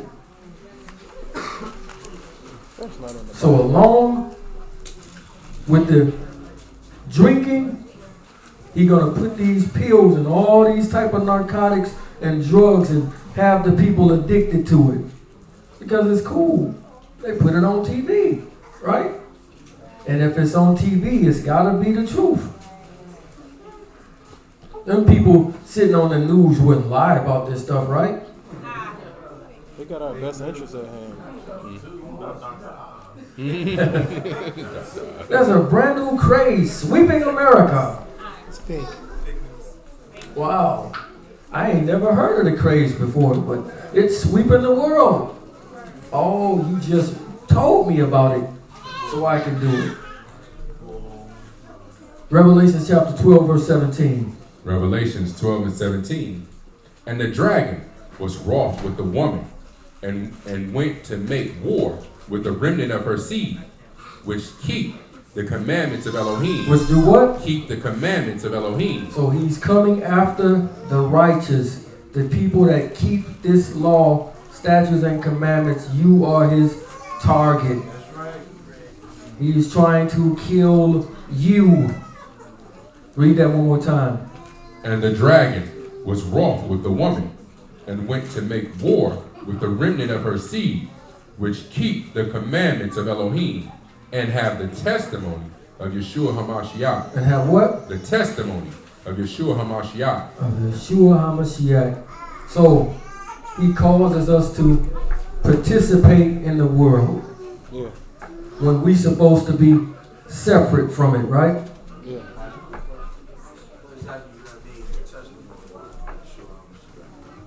Like all of these different stories in here, these is testimonies of him, right? I'll show you at the end, like basically when it's a story, it'd be talking about somebody else on the surface, but the testimony is really about him, right? So he causes us to participate in his system. Give me John chapter 17, verse 13.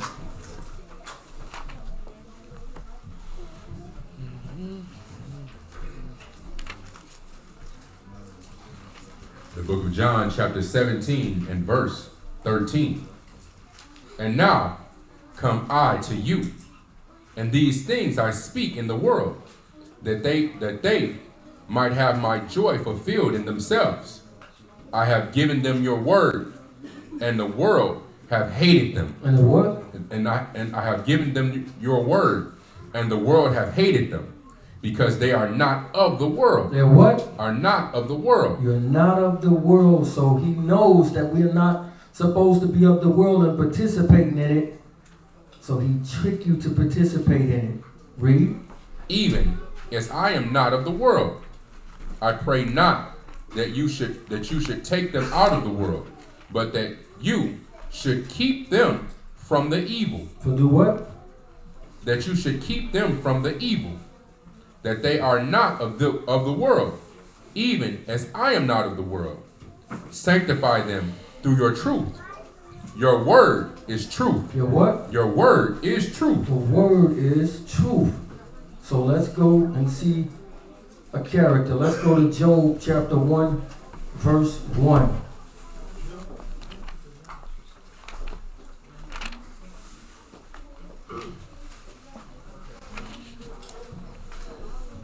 The book of Job, chapter 1 and verse 1. And there was a man in the land of Uz, whose name was Job.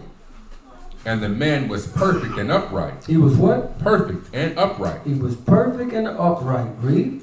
And one that feared Elohim and eschewed evil. And did what? Eschewed evil. So if evil came around, Job got away from it. He didn't mess with no evil. So if you don't really know this book or have the understanding, you will wonder why Job went through all the stuff that he went through. Because it tells us right here that he's perfect and upright and things of this nature, right?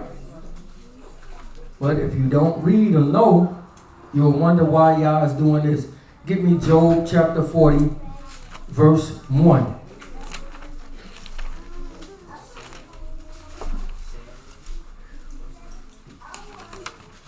The book of Job, chapter 40 and verse 1. Moreover, Yahuwah answered Job and said, shall he that contends with the Almighty instruct him? He's talking to who now? Job, right? Read.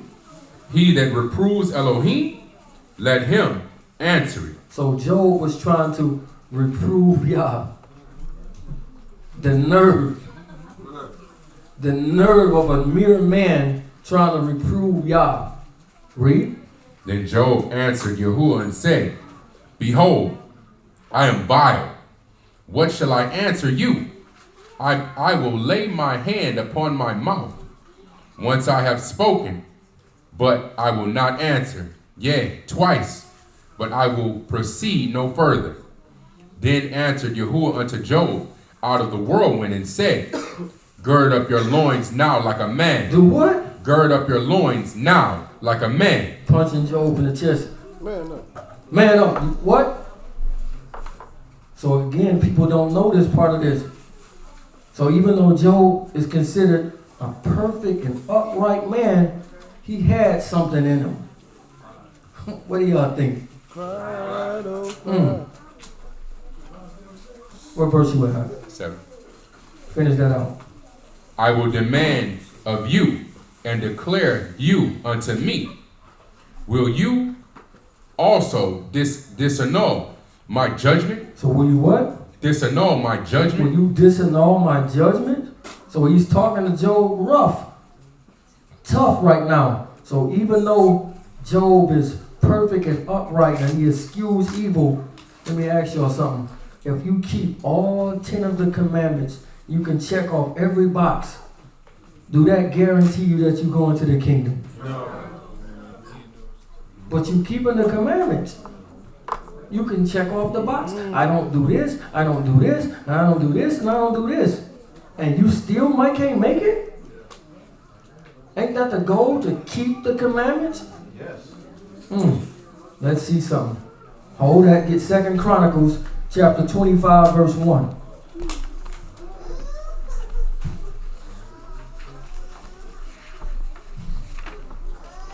The book of 2 Chronicles, chapter 25, at verse 1. Amaziah was 25 years old when he began to reign, and he reigned 29 years in Jerusalem.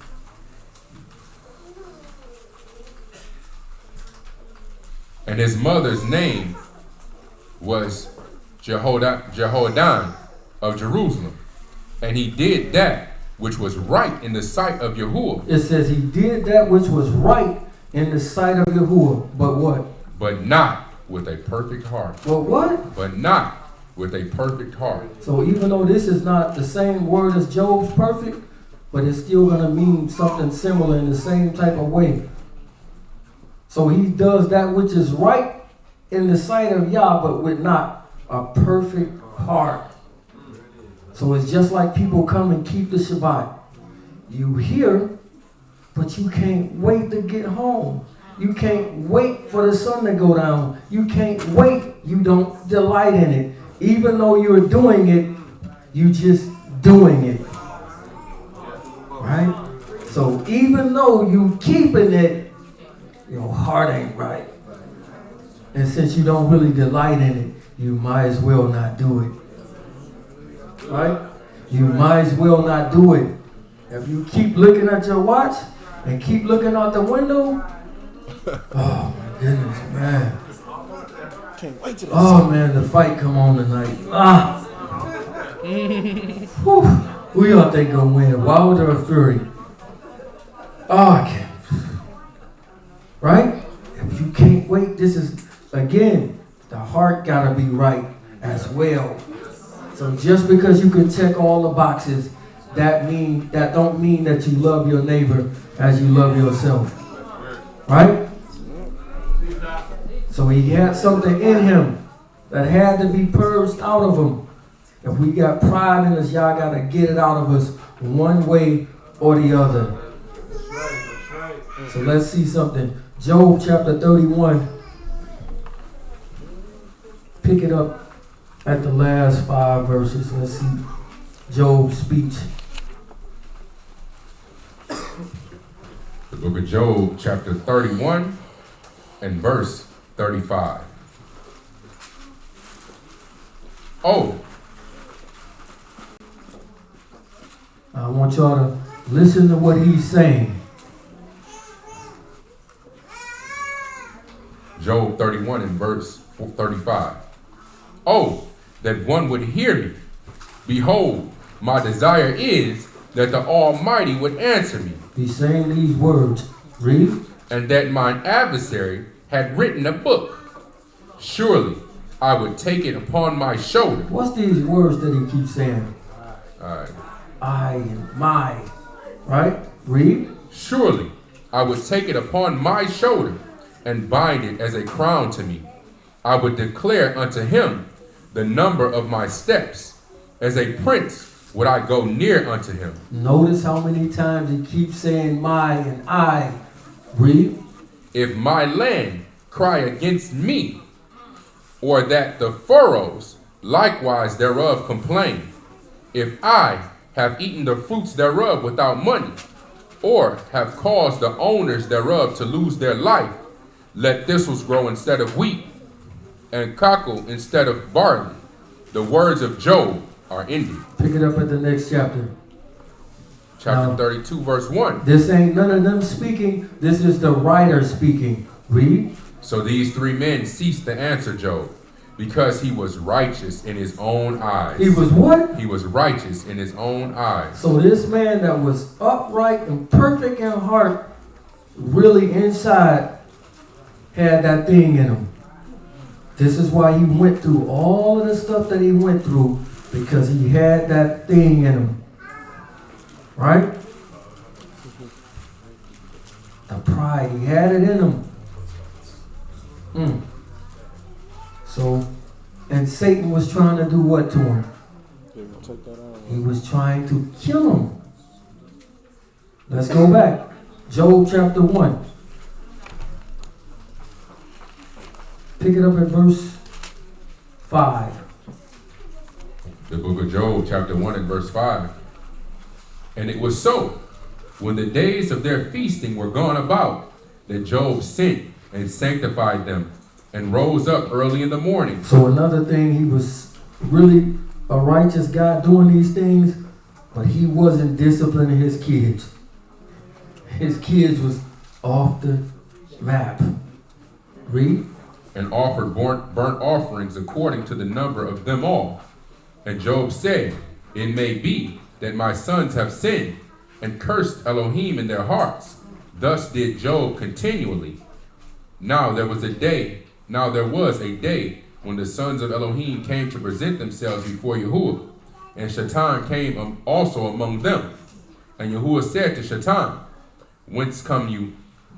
And Shaitan answered Yahuwah and said, from going to and fro in the earth, and from walking up and down in it. And Yahuwah said unto Shaitan, have you considered my servant Job, that there is none like him in the earth, a perfect man, an upright man, one that fears Elohim and eschews evil?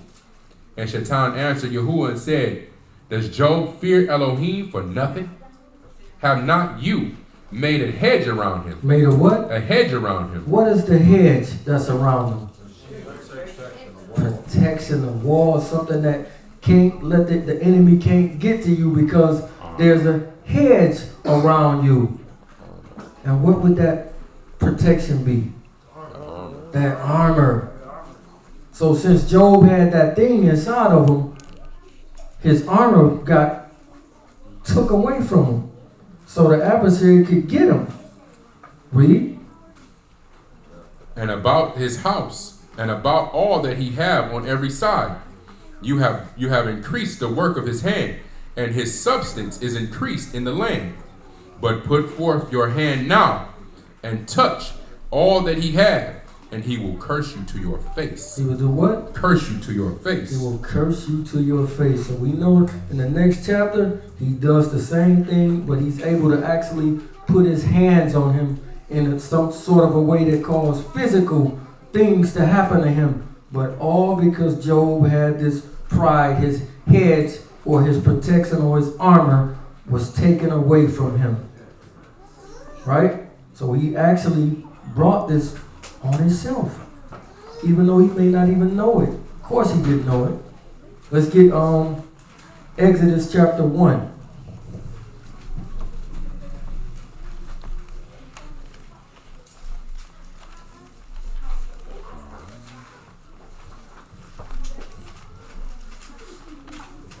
Exodus chapter 1, verse 7. Remember, there's an adversary seeking to kill you, to destroy you.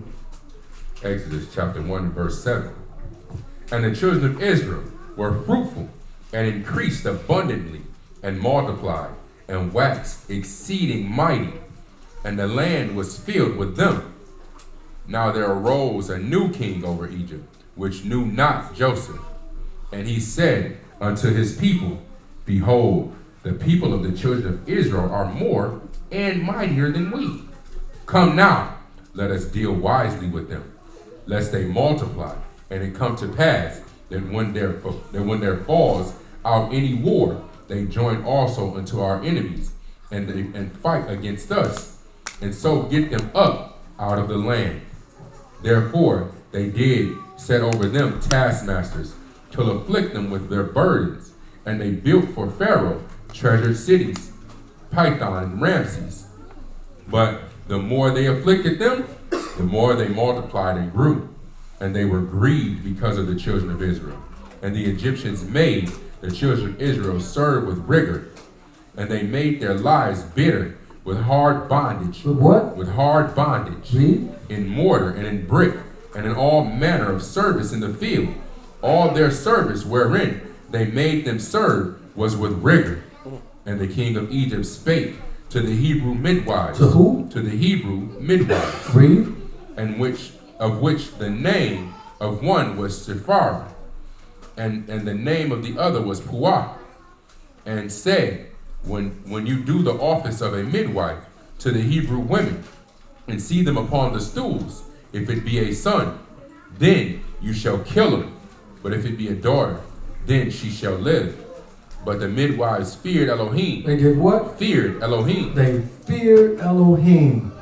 Now, back then, Pharaoh had a system. He says, they getting too big.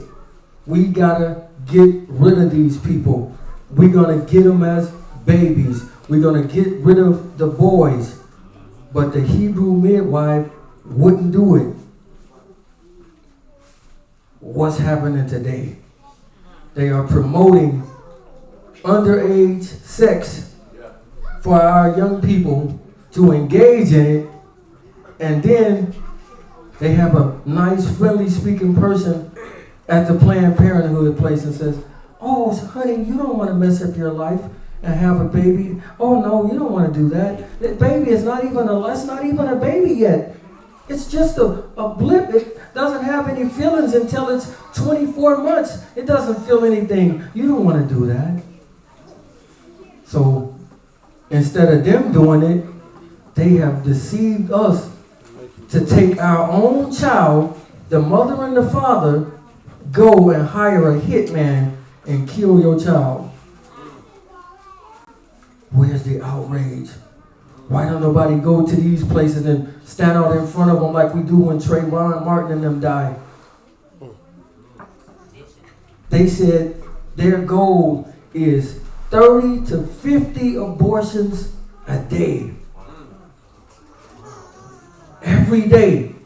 30 to 50 a day at each clinic, depending on the size of it.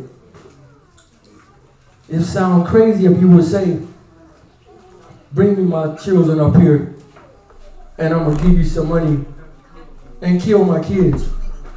Right? But this is what's taking place right now.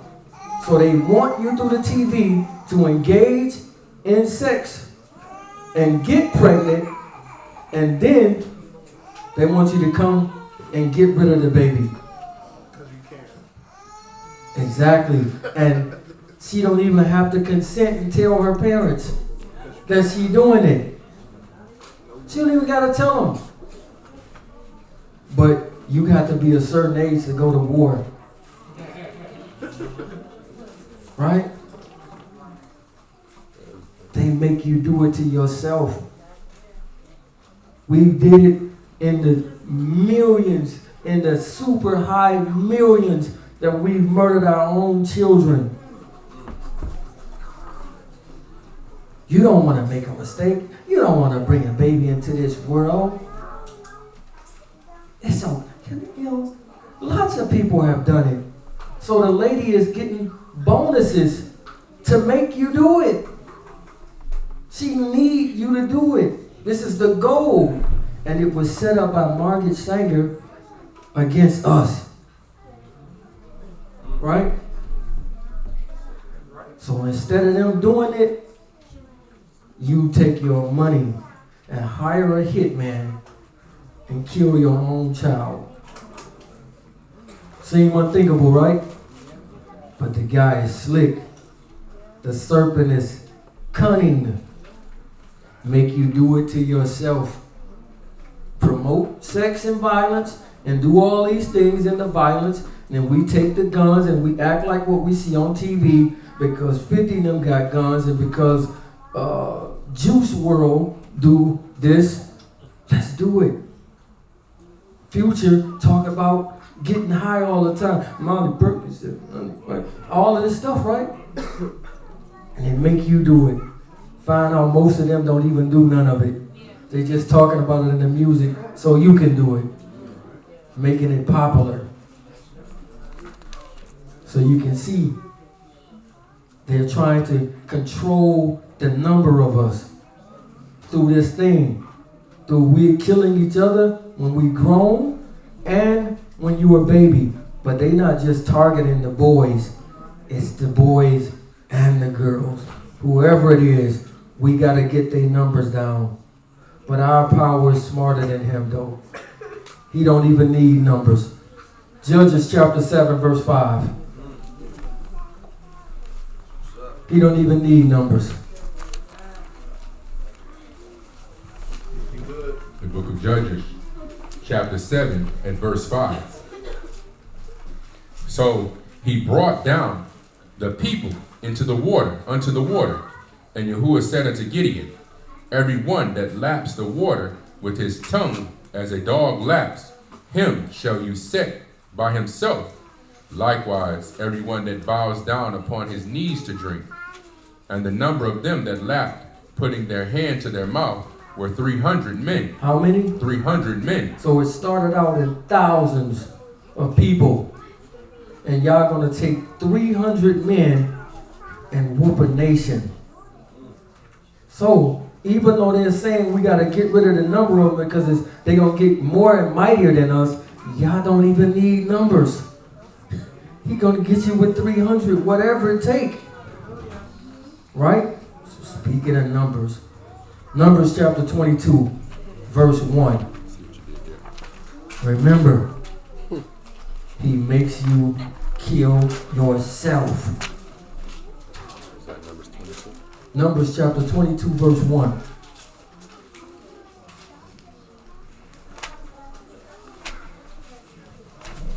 The book of Numbers, chapter 22 and verse 1.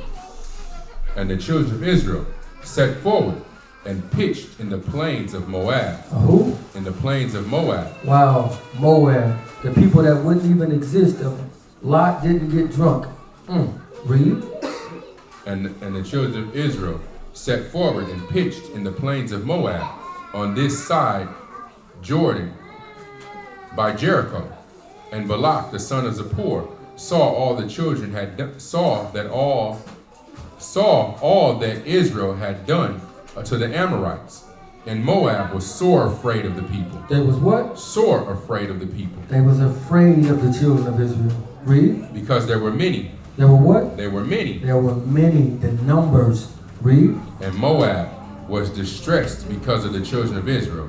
And Moab said unto the elders of Midian, now shall this company lick up all that are round about us, as the ox licks up the grass in the field. And Balak the son of Zippor was king of the Moabites at that time. He sent messengers therefore to Balaam the son of Beor to Pethor, which is by the river of the land of the children of his people, to call him, saying, behold, there is a people come out from Egypt. There's a what? A people come out from Egypt. Read. Behold, they cover the face of the earth, and they abide over against me. Come now, therefore, I pray you, curse me, this people. Do what? Curse me, this people. See that? He's trying to curse this people. They're trying to make you bring the curse upon yourself. Because they can't get you unless you give yourself over to it, unless you take off your own armor. Read. For they are too mighty for me. Peradventure, I shall prevail, that we may smite them, and that I may drive them out of the land. For I wot that he whom you beset is increased, and he whom you curse is cursed. And the elders of Moab and the elders of Midian departed with the rewards of divination in their hand. With the rewards of what? With the rewards of divination in their hand. Read. And they came unto Balaam and spake unto him the words of Balak.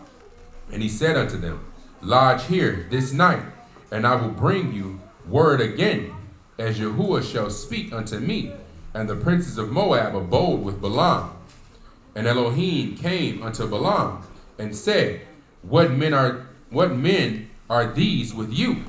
And Balaam said unto Elohim, Balak, the son of Zippor, king of Moab, have sent unto me, saying, Behold, there is a people come out of Egypt, which covers the face of the earth. Come now, curse me them. Do what? Curse me them. Curse me these people. We need to curse these people. So know that the rest of the world, these governments, are trying to curse you. They're trying to kill you through the food, through the air, in every way that they can. They're trying to get rid of us. Right? That's right. You need to know the wiles of the devil. Normally he can't get you. He make you get yourself. Read. Peradventure I shall be able to overcome them and drive them out. And Elohim said to Balaam, You shall not go with them. You shall not curse the people. You shall what? You shall not curse the people. You shall not curse the people. Read. For they are increased. They are what? Increased. They are blessed. He said you can't curse these people. They blessed. Hold that. Get Deuteronomy chapter 28. Verse 1. The book of Deuteronomy, chapter 28 and verse 1.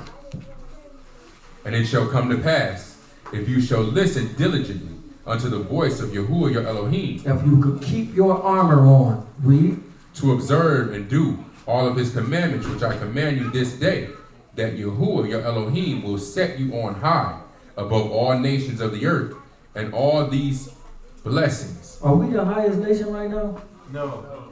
Wow, why not? Wow. So they was trying to curse us, but they couldn't do it. So we turned and chose what? The curse is death ourselves. How stupid. Read the next verse. Verse 2. And all these blessings shall come on you and overtake you, if you shall listen unto the voice of Yahuwah your Elohim. He said the blessings will be so much they'll overtake you. If you keep your armor on, the blessings will be too much. You won't have no room enough to keep it. The blessings will be so great. And we turned around and chose the curses. Numbers 22:18. Numbers chapter 22 and verse 18. And Balaam answered and said unto the servants of Balak, If Balak would give me his house full of silver and gold, I cannot go beyond the word of Yahuwah my Elohim to do less or more. Now therefore I pray you, tarry you also here this night. So he's motivated by the cares of the world and the deceitfulness of riches. Y'all has already told him these people are blessed. Don't curse them, but he motivated to get these things of the world. Jump down to verse 37. Verse 37. And Balak said unto Balaam, Did I not earnestly send unto you to call you? Wherefore came you not unto me? And am I not able indeed to promote you to honor? And Balaam said unto Balak, Lo, I am come unto you, have I now any power at all to say anything? The word that Elohim put in my mouth, that shall I speak. So he's told them, you cannot curse these people. Numbers chapter 23, verse 8. Numbers 23 and 8. How shall I curse whom Elohim have not cursed? How can I curse if Elohim didn't curse them? Right. How can I get them? How can I get past the hedge of protection? How can I trick them to take their armor off? Read. Or how shall I defy whom Yahuwah have not defiled? For from the top of the rocks I see him, and from the hills I behold him. Lo, the people shall dwell alone, and shall not be reckoned among the nations. So read that one more time. For from the top of the rocks I see him, and from the hills I behold him. Lo, the people shall dwell alone, and shall not be reckoned among the nations. Shall not be reckoned among the nations. They separate. They different from everybody else. Set apart. Jump down to verse 20. Verse 20. Behold, I have received commandment to bless, and he have blessed. He says, I received commandments to bless. Read. And he have blessed, and I cannot reverse it. He have not beheld iniquity in Jacob, neither have he seen perverseness in Israel. And Yahuwah his Elohim is with him, and the shout of a king is among them. Elohim brought them out of Egypt. He had, as it were, the strength of a unicorn. What verse you at? 23. Read. Surely there is no enchantment against Yaakov. There's what? No enchantment against Yaakov. It won't work. I can't curse these people. Verse 25. Verse 25. And Balak said to Balaam, neither curse them at all, nor bless them at all. But Balaam answered and said unto Balak, told not I you, saying all that Yahuwah speak, that I must do. I must do. Bless them. Numbers chapter 24, verse 1. Numbers 24 and 1. And when Balaam saw that it pleased Yahuwah to bless Israel. It did what? It pleased Yahuwah to bless Israel. Read. He went not as at other times to seek for enchantments, but he set his face toward the wilderness. Towards what? The wilderness. Toward the wilderness. Numbers chapter 25, verse 1. Numbers 25 and 1. Let's see if the oldest trick that he always do works. Read. And Israel abode in Shittim, and the people began to commit whoredom. They did what? Began to commit whoredom. So when they began to commit whoredom, what did they just do? Took their armor off. They took their armor off. You took your armor off. You took your hedge of protection away. He didn't come with missiles and an army and make them do this. He put something in there that would make a man's pride be puffed up. Right? Because before we know this, it's an honor to think that you conquering women. Right? That boy a chip off the old block. Right? It's an honor to know this until you know better. And you're not supposed to do this. Read that again. And Balaam said unto Balak, verse 25, verse 1. Mm-hmm. And Israel abode in Shittim, and the people began to commit whoredom with the daughters of Moab. And they called the people unto the sacrifice of their gods. To do what? And they called the people unto the sacrifice of their gods. So not only they're going to go and commit fornication, they're going to eat things sacrificed unto idols. Come on. Come on. Eat some shrimp. Eat they good for you. Or that fly. Right? He was talking about this earlier. Let's talk about this. Like about 4-5 days that you hit. Eat. Stop. She got the fake eyelashes on back. Eat. It ain't nothing. Put your bag out the car.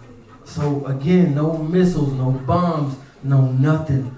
Trick you with what's inside of you to do it. Read on. Let's see what took place. And they called the people unto the sacrifice of their gods, and the people did eat, and bowed down to their gods. And Israel joined himself to Baal Peor, and the anger of Yahuwah was kindled against Israel. Wow, so they couldn't curse them through their way, but they made them curse themselves. Read. Verse 4. And Yahuwah said unto Moses, take all the heads of the people and hang them up before Yahuwah against the sun, and the fierce anger of Yahuwah may be turned away from Israel.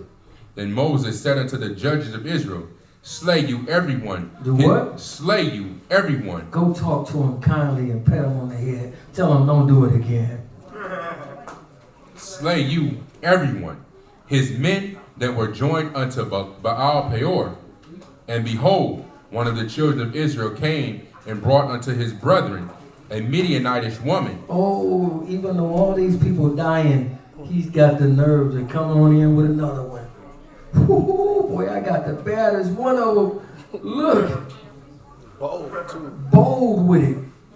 Read. In the sight of Moses, and in the sight of all the congregation of the children of Israel, who were weeping before the door of the tabernacle of the congregation.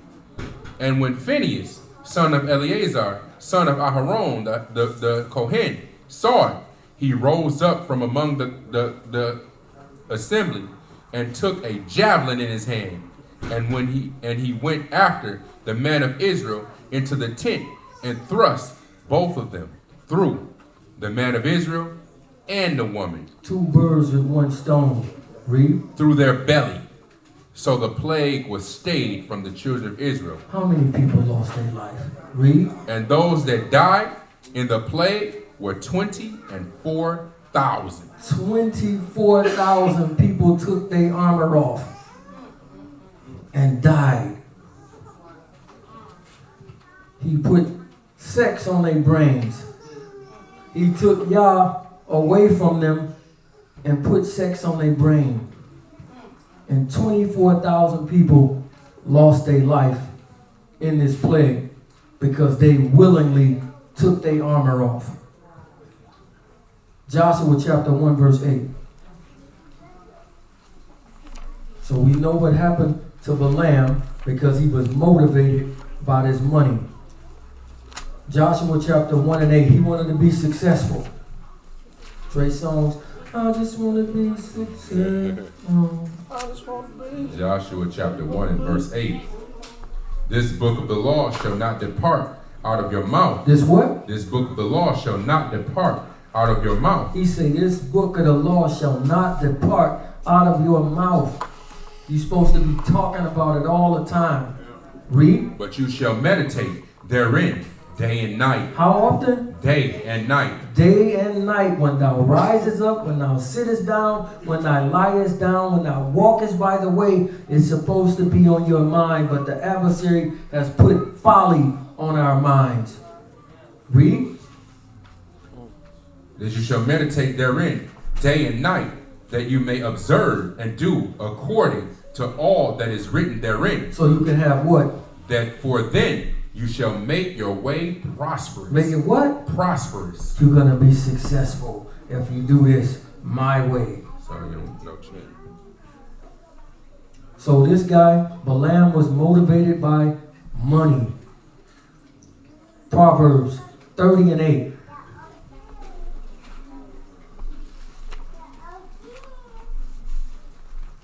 The book of Proverbs chapter 30 and verse 8. Remove far from me vanity and lies. Do what? Remove far from me vanity and lies. Get them away from me. Read. Give me neither poverty. Give me what? Neither poverty. He said, give me neither poverty, what? Nor riches. Nor riches. Don't give me either one. The extremes. I don't want to be rich and I don't want to be poor. I want to be even keel in the middle. Right? I can pay all my bills and I'm not struggling and I don't got to go and borrow from this person and this person, but I'm good. Read. Feed me with food convenient for me, lest I be full. Lest I be what? Lest I be full. Lest I get full and do what? And deny you. Because this is what normally happens when you get rich. Let me read that. Go ahead. It says, this is in the Hallelujah. It says, remove falsehood and a lying word far from me. Give me neither poverty nor riches. Feed me my portion of bread, lest becoming satisfied and I deny and say, who is Yahuwah? Unless I be poor and steal and seize the name of my Elohim. So again, if you get rich, you get on the high horse and you start thinking that you're more than what you are, and you forget that you're nothing but a man, right?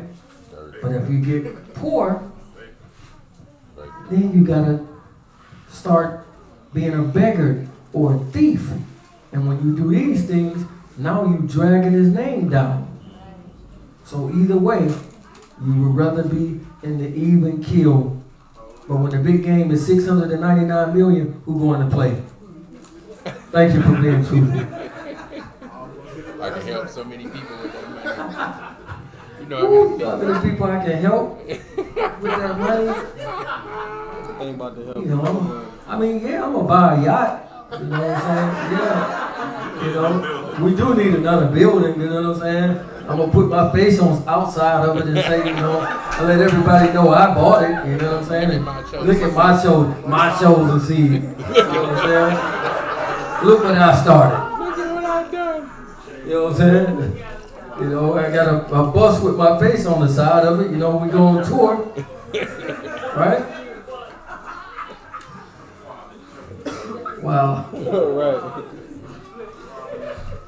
Yeah, exactly. Get this stuff, and it ruins you. You just want to be even killed. You want to be comfortable, right? Just want to be comfortable. Matthew chapter 6, verse 19. Same script we went over last week. The book of Matthew chapter 6 and verse 19. Lay not up for yourselves treasures upon earth. Do what? Lay not up for yourselves treasures upon earth. Don't lay treasures on earth. Read. Where moth and rust does corrupt, and where thieves break through and steal. But lay up for yourselves treasure in Shamayim, where neither moth nor rust does corrupt, and where thieves do not break through nor steal. For where your treasure is. For what? Where your treasure is. For where your treasure is, read. There will your heart also be. There will your heart also be. So again, the adversary cannot do anything to you unless you take your armor off and allow him to get you. Right? That's right. He cannot get you unless you give him the permission to do it. And with that, we say shalom.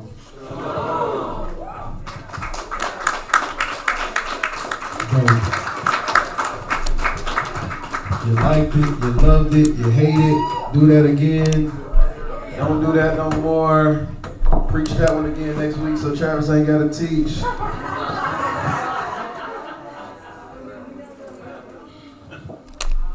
We got any questions? My question is, y'all brought out in Genesis 19 about the Moabites, and I just want to know, because you guys threw me off when y'all said that they're not The Chinese, Japanese. Yeah, because that's how I've been taught. But I want to know why y'all saying they not all of a sudden. I mean, you know, just why y'all saying that. Based on what scriptures are y'all pulling to say they're not? Let me see that. Okay. Why do you think they are?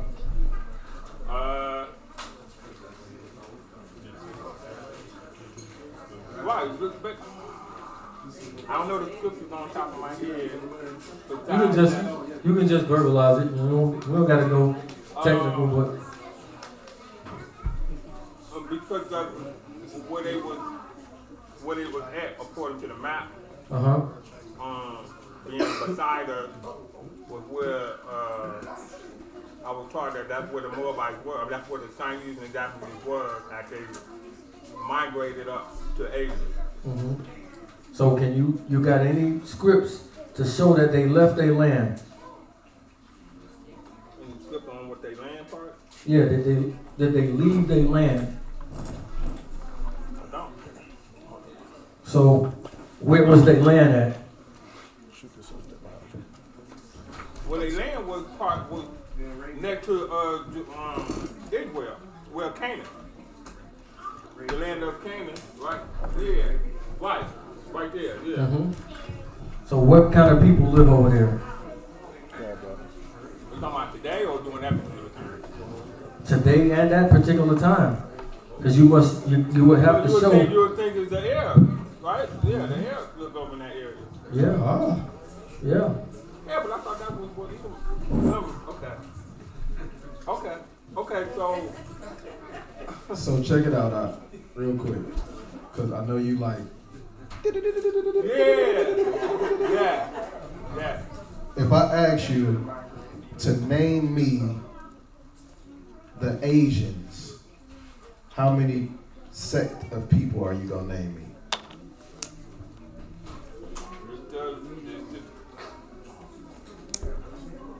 The Chinese, the Japanese, the Philippines, Korean, not the Philistines. Korean, the whole bunch of Filipino, all that, right? Right. Those are Asians, right? Right. So if I said, name me Arabs. Well, you had 12 sons. When I think of the Asian, I mean the Arabs, I think of. So there's different sects, just like it's different sects of Asians. Right. So don't get it confused and say, oh, well, y'all said Esau is the Arabs, but how is they the? They're Right. different sects of them. Go to Jeremiah 23. Or was that 25? Jeremiah 25.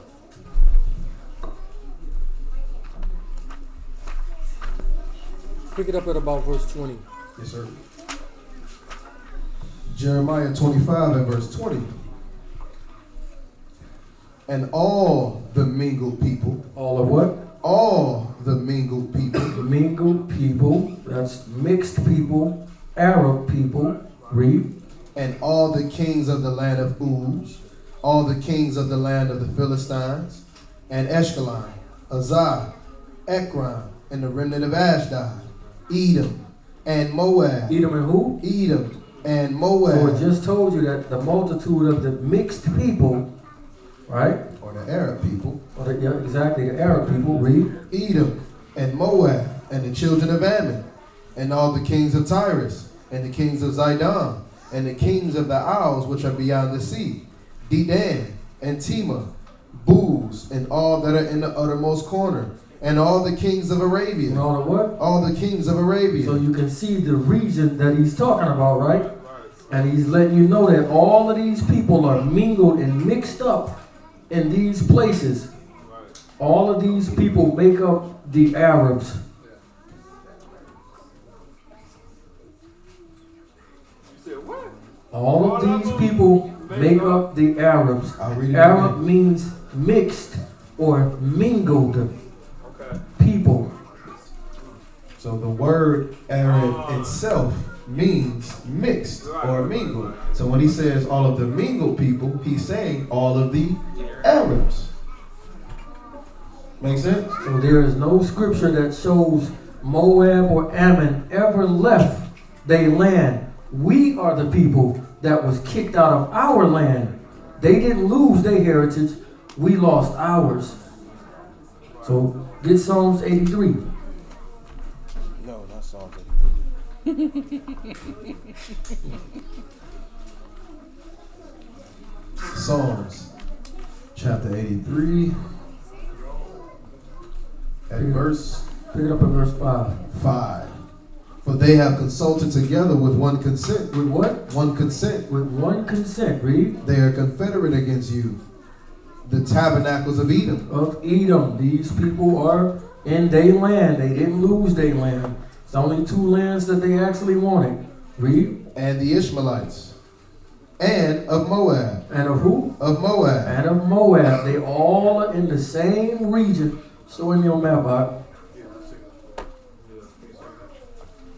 Read. And the Hagarenes, Gabal, Ammon, and Amalek, the Philistines with the inhabitants of Tyre. Ashur also was joined with them. They have holpen the children of Lot. So we got all of these people that he just named. All of these people are Arabs. They all are in the same region. They all stay around Israel. Right. I knew that much. Okay. Right? So they are the enemies of Israel. Always there the whole time. All through Genesis, we were fighting with these people. Because Israel is the center of the earth. All of these people stay around Israel. So these people have never left their land. Nobody can show you one scripture to say otherwise.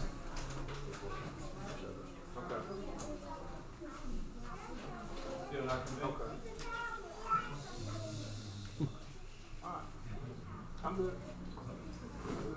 Good now.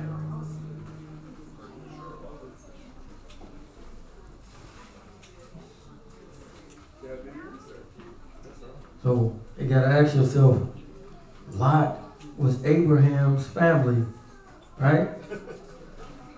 So how does Lot, who's Abraham's family, a black man, produce Chinese and Japanese people? Well, you put it that way. Well, see, they inherited Down syndrome most of the time. Because of the incest. Because of the incest. No, I thought it was a curse at the time. Like a curse or whatever. Okay. So it's kind of just like Esau is the first white man, and he has no white wife to reproduce with, so he only produced with other black women. But that one white guy turned all of these other people white. It makes absolutely no sense. But if they show you a missile and it say Moab on the side of it, right? See, I told you that's it. Okay. It really just means mother of all bombs. That's it, because in the East they speak that way. So when Saddam was getting ready to bring the war, he said this is going to be the mother of all wars. It's just a term that they use in the East. So you sure that wasn't showing that they was Chinese? No, sir. What a coincidence. Them people are over in Jordan, just like they always have been. Okay, I got one more question. You went over Ezekiel 30, 35. We'll talk about wiser than Daniel. Ezekiel 28. 28, I'm sorry. Now, I thought that was Esau being wiser than Daniel. So you're telling me. You said you thought that was Esau? Yeah, that was like, I was. What did it say that in the text? What I'm saying. Yeah, notice nowhere in the text does it mention Esau. So guess what? When y'all talk about Esau, he say Esau. Right. I'm running. But that's what I was taught, man. Okay. Hey, we feel you out. We was there too, bro. You know what I'm saying? We was there for a couple of months. This ain't right. This don't make sense. Yeah. If you can unpack everything that you've ever learned and relearn it, then maybe it's the truth. But if you can't relearn it the same way without somebody telling it to you the way that they told it to you, so I'm gonna show you when it's talking about Esau. Get Ezekiel chapter 25, verse 12. Yep. Ezekiel 25. Pick it up at verse 12. Ezekiel 25:12. Thus saith Yahuwah Elohim, because that Edom. Because who? Because Edom. Notice he say their name.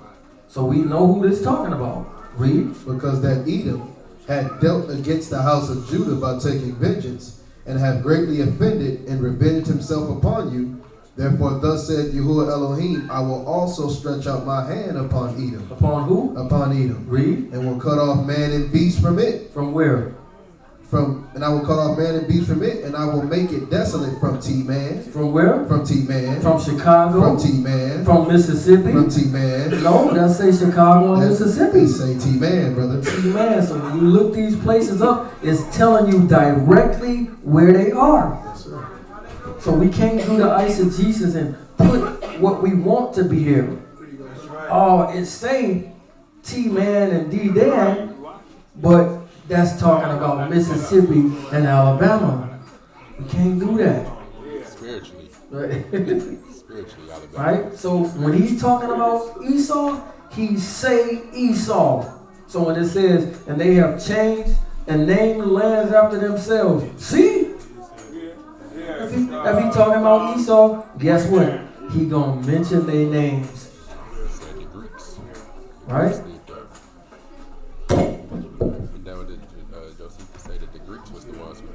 Right, exactly. So they'll tell you what you read with your own eyes. Like we was talking to a brother on the phone. Read that Revelations. What's that? Was it 7? 21 or something like that? 21:7 or 22:7? Yeah. So we talking to this brother, and he read the scripture exactly for what it say, and he says,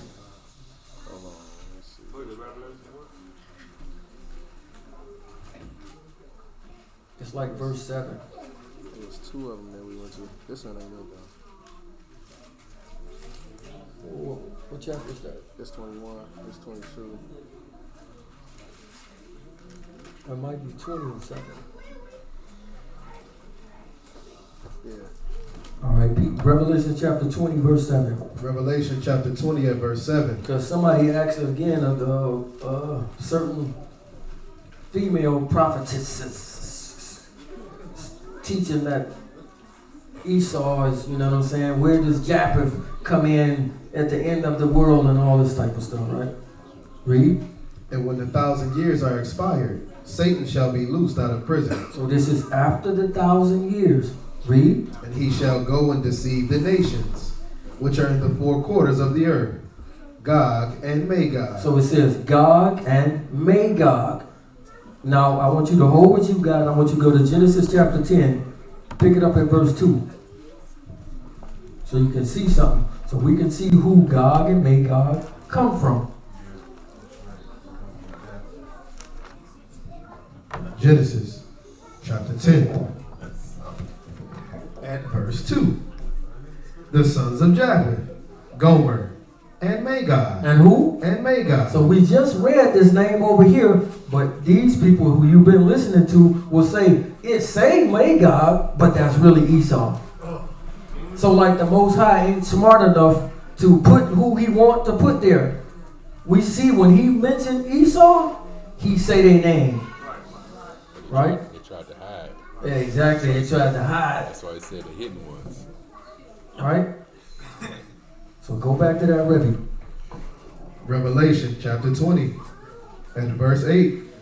And he shall go out and deceive the nations, which are in the 4 quarters of the earth, Gog and Magog, to gather them together to battle, the number of whom is the sand of the sea. So the last war, Gog and Magog, is going to be there. And they come from Japheth. No eisegesis, nothing.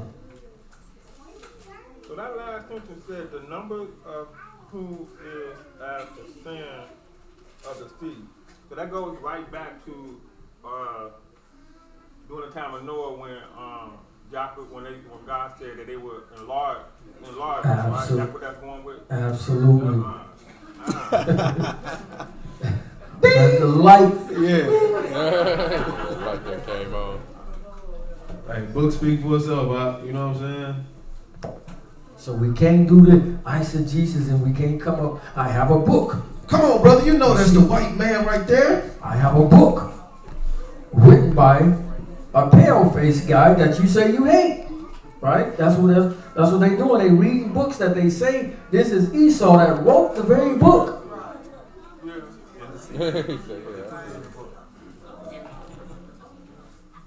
It makes sense when I was there. Hey, real talk though. In Genesis 3, I just want to clear for people that's listening and watching right now. Did Adam add to the word? Eve did. We can't say that because I know there's a lot of people say that Adam added to this, but we can't see that Adam told her this. So we can only go by what we actually see. We see Eve add to it. They don't even know what we're talking about. Can we read it? Go ahead and read it. 3 and 4, 5? It's 3.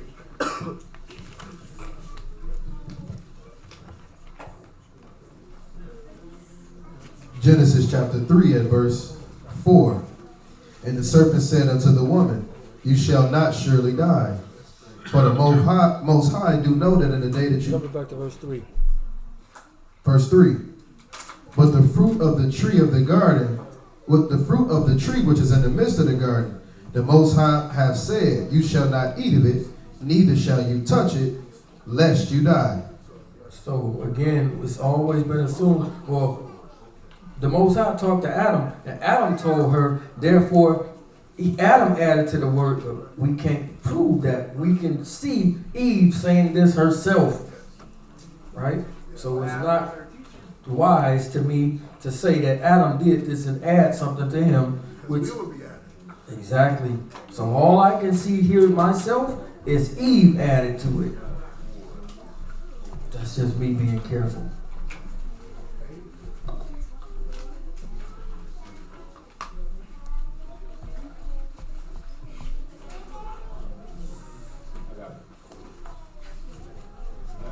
I want to make sure that I know you were talking about pride earlier and how, the master of deceiving this cunning, and we can fall into it and not even know it. Things like, say I'm watching you guys teach, and not that Mama Johnson said anything, but she said, if you're doing good, that's my son. You know what I'm saying? Or our kids graduating, that's my kid, or playing ball, you know what I'm saying? Or if your wife is in a whatever, that's my wife. I have done it, touring and been on different stages, and we come off the stage hype. We done took out George Clinton, we done took out, we like, killed it tonight, fellas just saying it, we said it amongst each other. Is that pride? Is that a sense of pride just saying, like for instance, I've said this, guys was talking about their pastors and this and that. So my pastors were shred, That's just the truth. That's just the truth. That's just the truth. If you all are in a debate, if the congregation standing around and this another camp, and y'all are doing it, I think we all have it in us that, man, what? So to see, you feel that. Is that pride? That's right there. Teetering. At it. And it's in it. Like you got 1 foot in and 1 out, which means you all the way in. You know what I'm saying? So if you feel that feeling is supposed to be like, I'm well pleased with what they doing. You know what I'm saying? Not to the point of, I put them against Andy, because now it's there. But you give thanks to the Most High for it. Right, exactly. You know what I'm saying? Man, thank y'all for these brothers. All praises to the Most High for this. You know what I'm saying? Because everything goes to him first. Because when it gets anything with competition, it's going to bring it out. You know what I'm saying? Anything that's competition is going to do it. Right? Exactly. Because I don't want to lose. So that's how a game, you know what I'm saying? You got a game with children playing, and next thing you know, parents is jumping on the ref over a game. Right? My pops got many technical fouls. Right. Many technical fouls because of we was hooping. What you say, ref? Get him out of here. So you would say you're close to it, in a sense. I'm gonna say you in it. Yeah. Because you again, it's like 1 foot out and 1 foot in. Therefore, you are all in. Right? Take you a deep breath and say, "Thank you, Yah." Because this how it go. And so, you know what I'm saying? Even when somebody give you a compliment, right? The compliment it could be like, "Oh, sis, you look nice in your skirt today." Immediately go and look in the mirror. I gotta give me a whole bunch of more of these, right? And now she looking for the compliment. You know what I'm saying? Now if she don't get it, it's like, dang. He ain't notice it this He ain't notice it. You know what I'm saying? So all of this stuff is right there teetering on it all the time. You know what I'm saying? It's a dangerous thing. Where is that scripture that says that flattery puffeth a man up? I mean, is it in Proverbs? It's in Proverbs, yeah. Yeah. So that's relevant to what we're talking about. Mm-hmm. Yeah.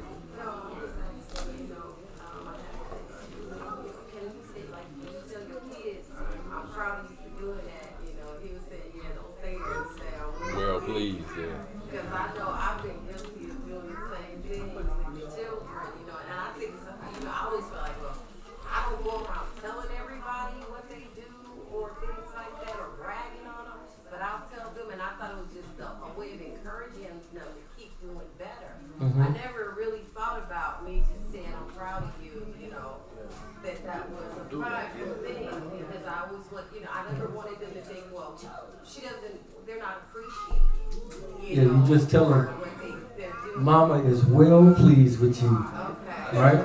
Because this is what Yah, when Mashiach, when the dove came down on him, he said, "This is my son in whom I am well pleased," right? There ain't no good pride. All pride to Yah is evil, right?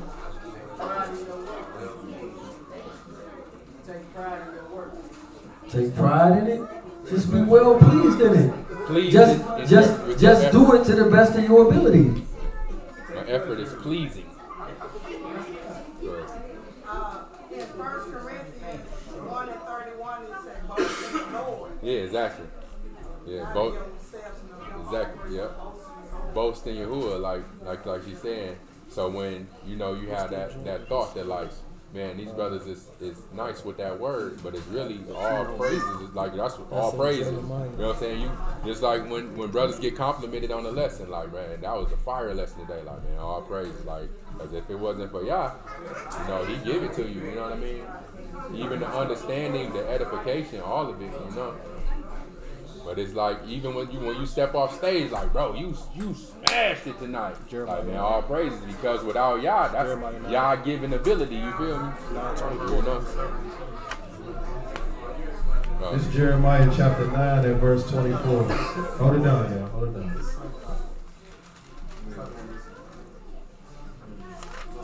Jeremiah chapter 9 and verse 24.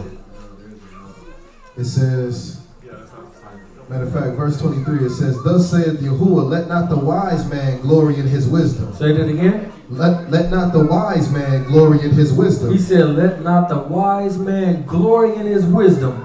Read. "Neither let the mighty man glory in his might." So don't let the mighty or the strong man glory in that he's strong.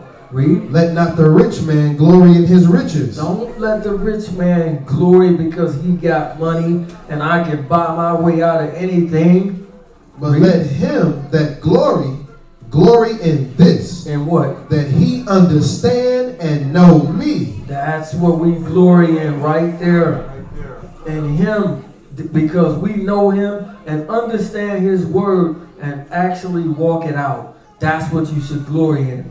The fact of that I am he, that I am Yahuwah, which exercise loving kindness, judgment, and righteousness in the earth. For in these things I delight. In what? In these things I delight. In these things I delight.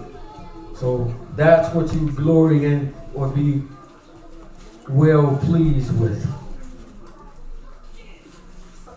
it'd be wrong, like if we say, the Creator find favor in us, would that be wrong?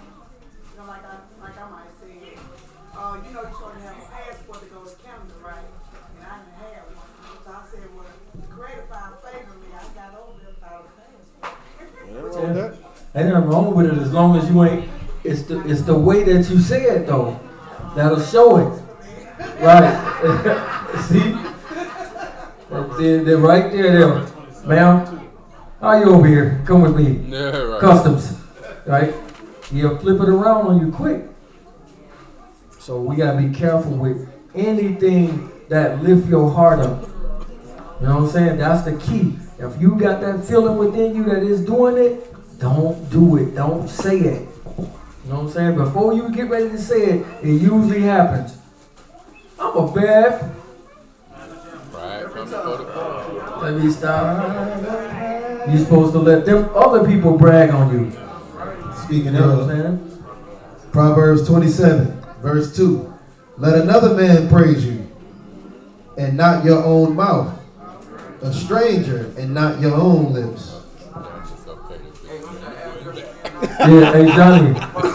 Hey, B say it's okay to say, man, them boys bad.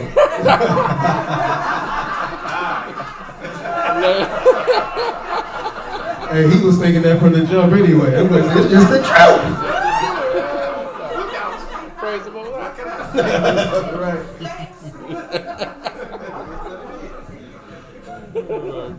Oh, hallelujah. We got a question on the chat?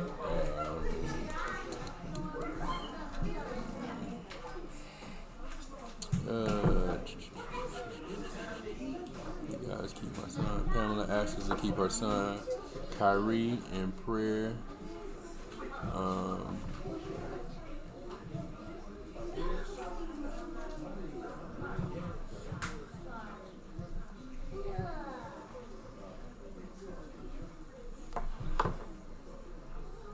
What happened? No. Nope. No, y'all go. Carry on. You good, dude.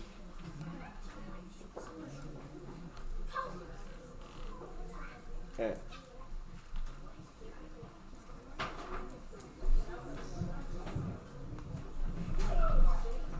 Pass that to Sister Elena. No, I don't see any questions. You see one? About to be time to pray out. Oh, what you said about if Noah would have been drunk, how the other nations. Canaan? Yeah. Because Canaan came from what happened in that act.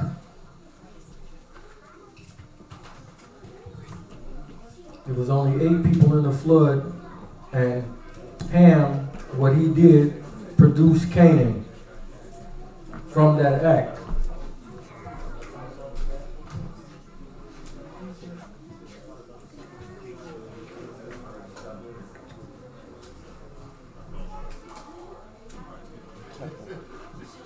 That's why Canaan was cursed and not Ham.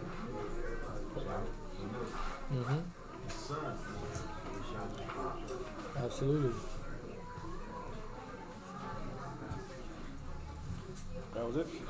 That's it. All right, y'all ready to pray out? Yes, sir.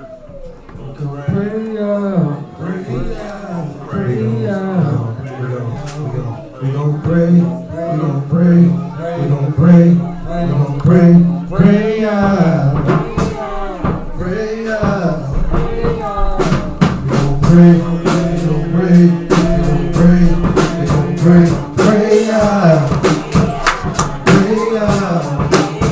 We gon' pray, we gon' pray, we gon' pray, we gon' pray, pray out, pray out. We gon' pray, we gon' pray, we gon' pray, we gon' pray, pray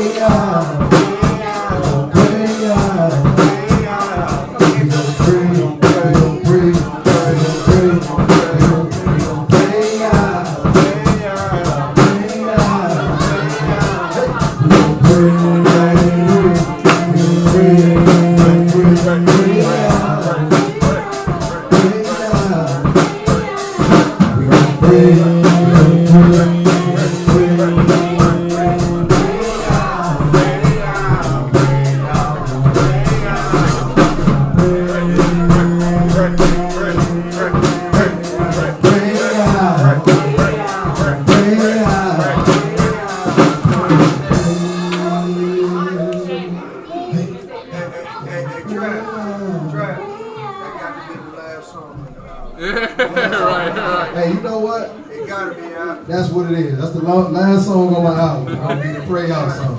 How Chad asked about it, he said, "Why don't you do a song on it?" What's that? That song. Straight up. Yeah, that Chad. be the hook. Chad, we got you. We got you, Chad. That's the hook.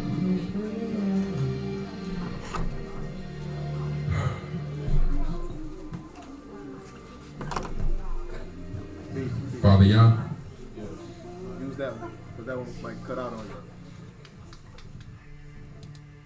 you. Father Yah, as we stand before you, Father, your people, Father, with one heart, Father, with one mind and one accord, Father, asking, Father, that you would uplift the Ruach, Father, of your people, Father. Allow the Comforter, Father, your Ruach, Father, to do just that, Father, to give comfort, Father. Yes, Father. To allow grief, Father, to happen, Father, and allow it to pass, Father. That we understand, Father, that through your Ruach, Father, that we will be comforted in our time of grief, Father. We thank you for our brother. We thank you for all of the brothers and sisters, Father, that labor in the trenches, Father, for your people, Father. We pray and ask, Father, that his life would be a testimony, Father, to each and every one of us, Father. That his example, Father, would be one that's exemplary of a man of the Most High, Father. We thank you for the example, Father. We thank you, Father, for the family, Father. We thank you for everyone, every supportive word, Father, every hug, every embrace, every tear, Father. We thank you right now, Father. Right now. We pray, Father, for the family, Father. Yes. For that they would understand, Father, that we are an extended family, Father, and we are here for them, Father. That you would bring comfort, Father, and healing, Father. That you would place that hedge of protection and allow your armor, Father, to protect the loved ones, Father. Father, we pray and ask, Father, for those who are standing in the need of prayer, Father, that they would seek you first and seek you early while you may be found, Father. Yes, Father. Father, we pray and ask, Father, for the sister, Pamela's son, Kyrie, Father, that he would be healed according to your will and your way, Father. We pray for everyone, Father, who is in need, Father. You and you alone know the desires of the hearts of your people, Father. We pray, Father, that you would just continue to strengthen in mind, body, ruach, Father, in heart and soul, Father, that you would create in us a new heart, Father, one that is clean, Father, and that we would be as Job, Father, complete and perfect, and eschew evil, Father. That we would flush out the pride, Father, and allow your word, Father, to uplift us, Father. That we would boast in you and you alone, Father. Father, these things we pray, Father, and we give thanks. Bashem Yehovah, Rabbeinu Yehoshua HaMashiach, Baruch HaKodesh. So be it. So be it.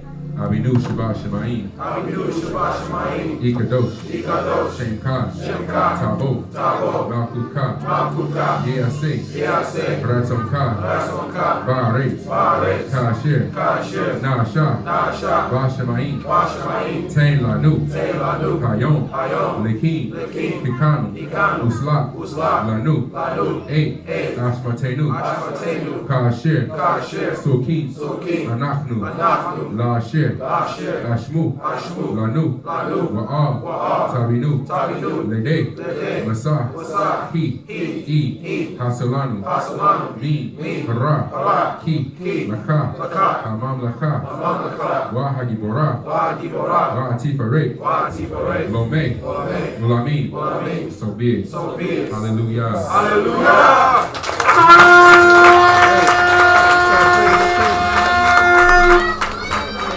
Real quick, before I lose y'all.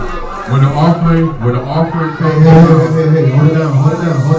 when the offering comes around, where's the regular offering? That's the regular offering? And there's going to be a separate offering. For Amir's family, for Sister Dominique and her family. There's a separate offering coming around that's specifically for them. If you can only give to one, give to them.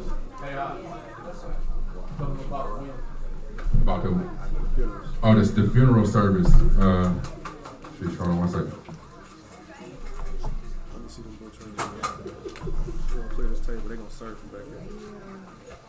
The funeral service or the celebration of my aunt's life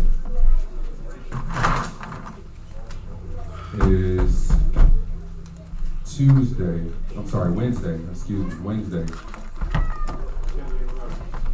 10:30?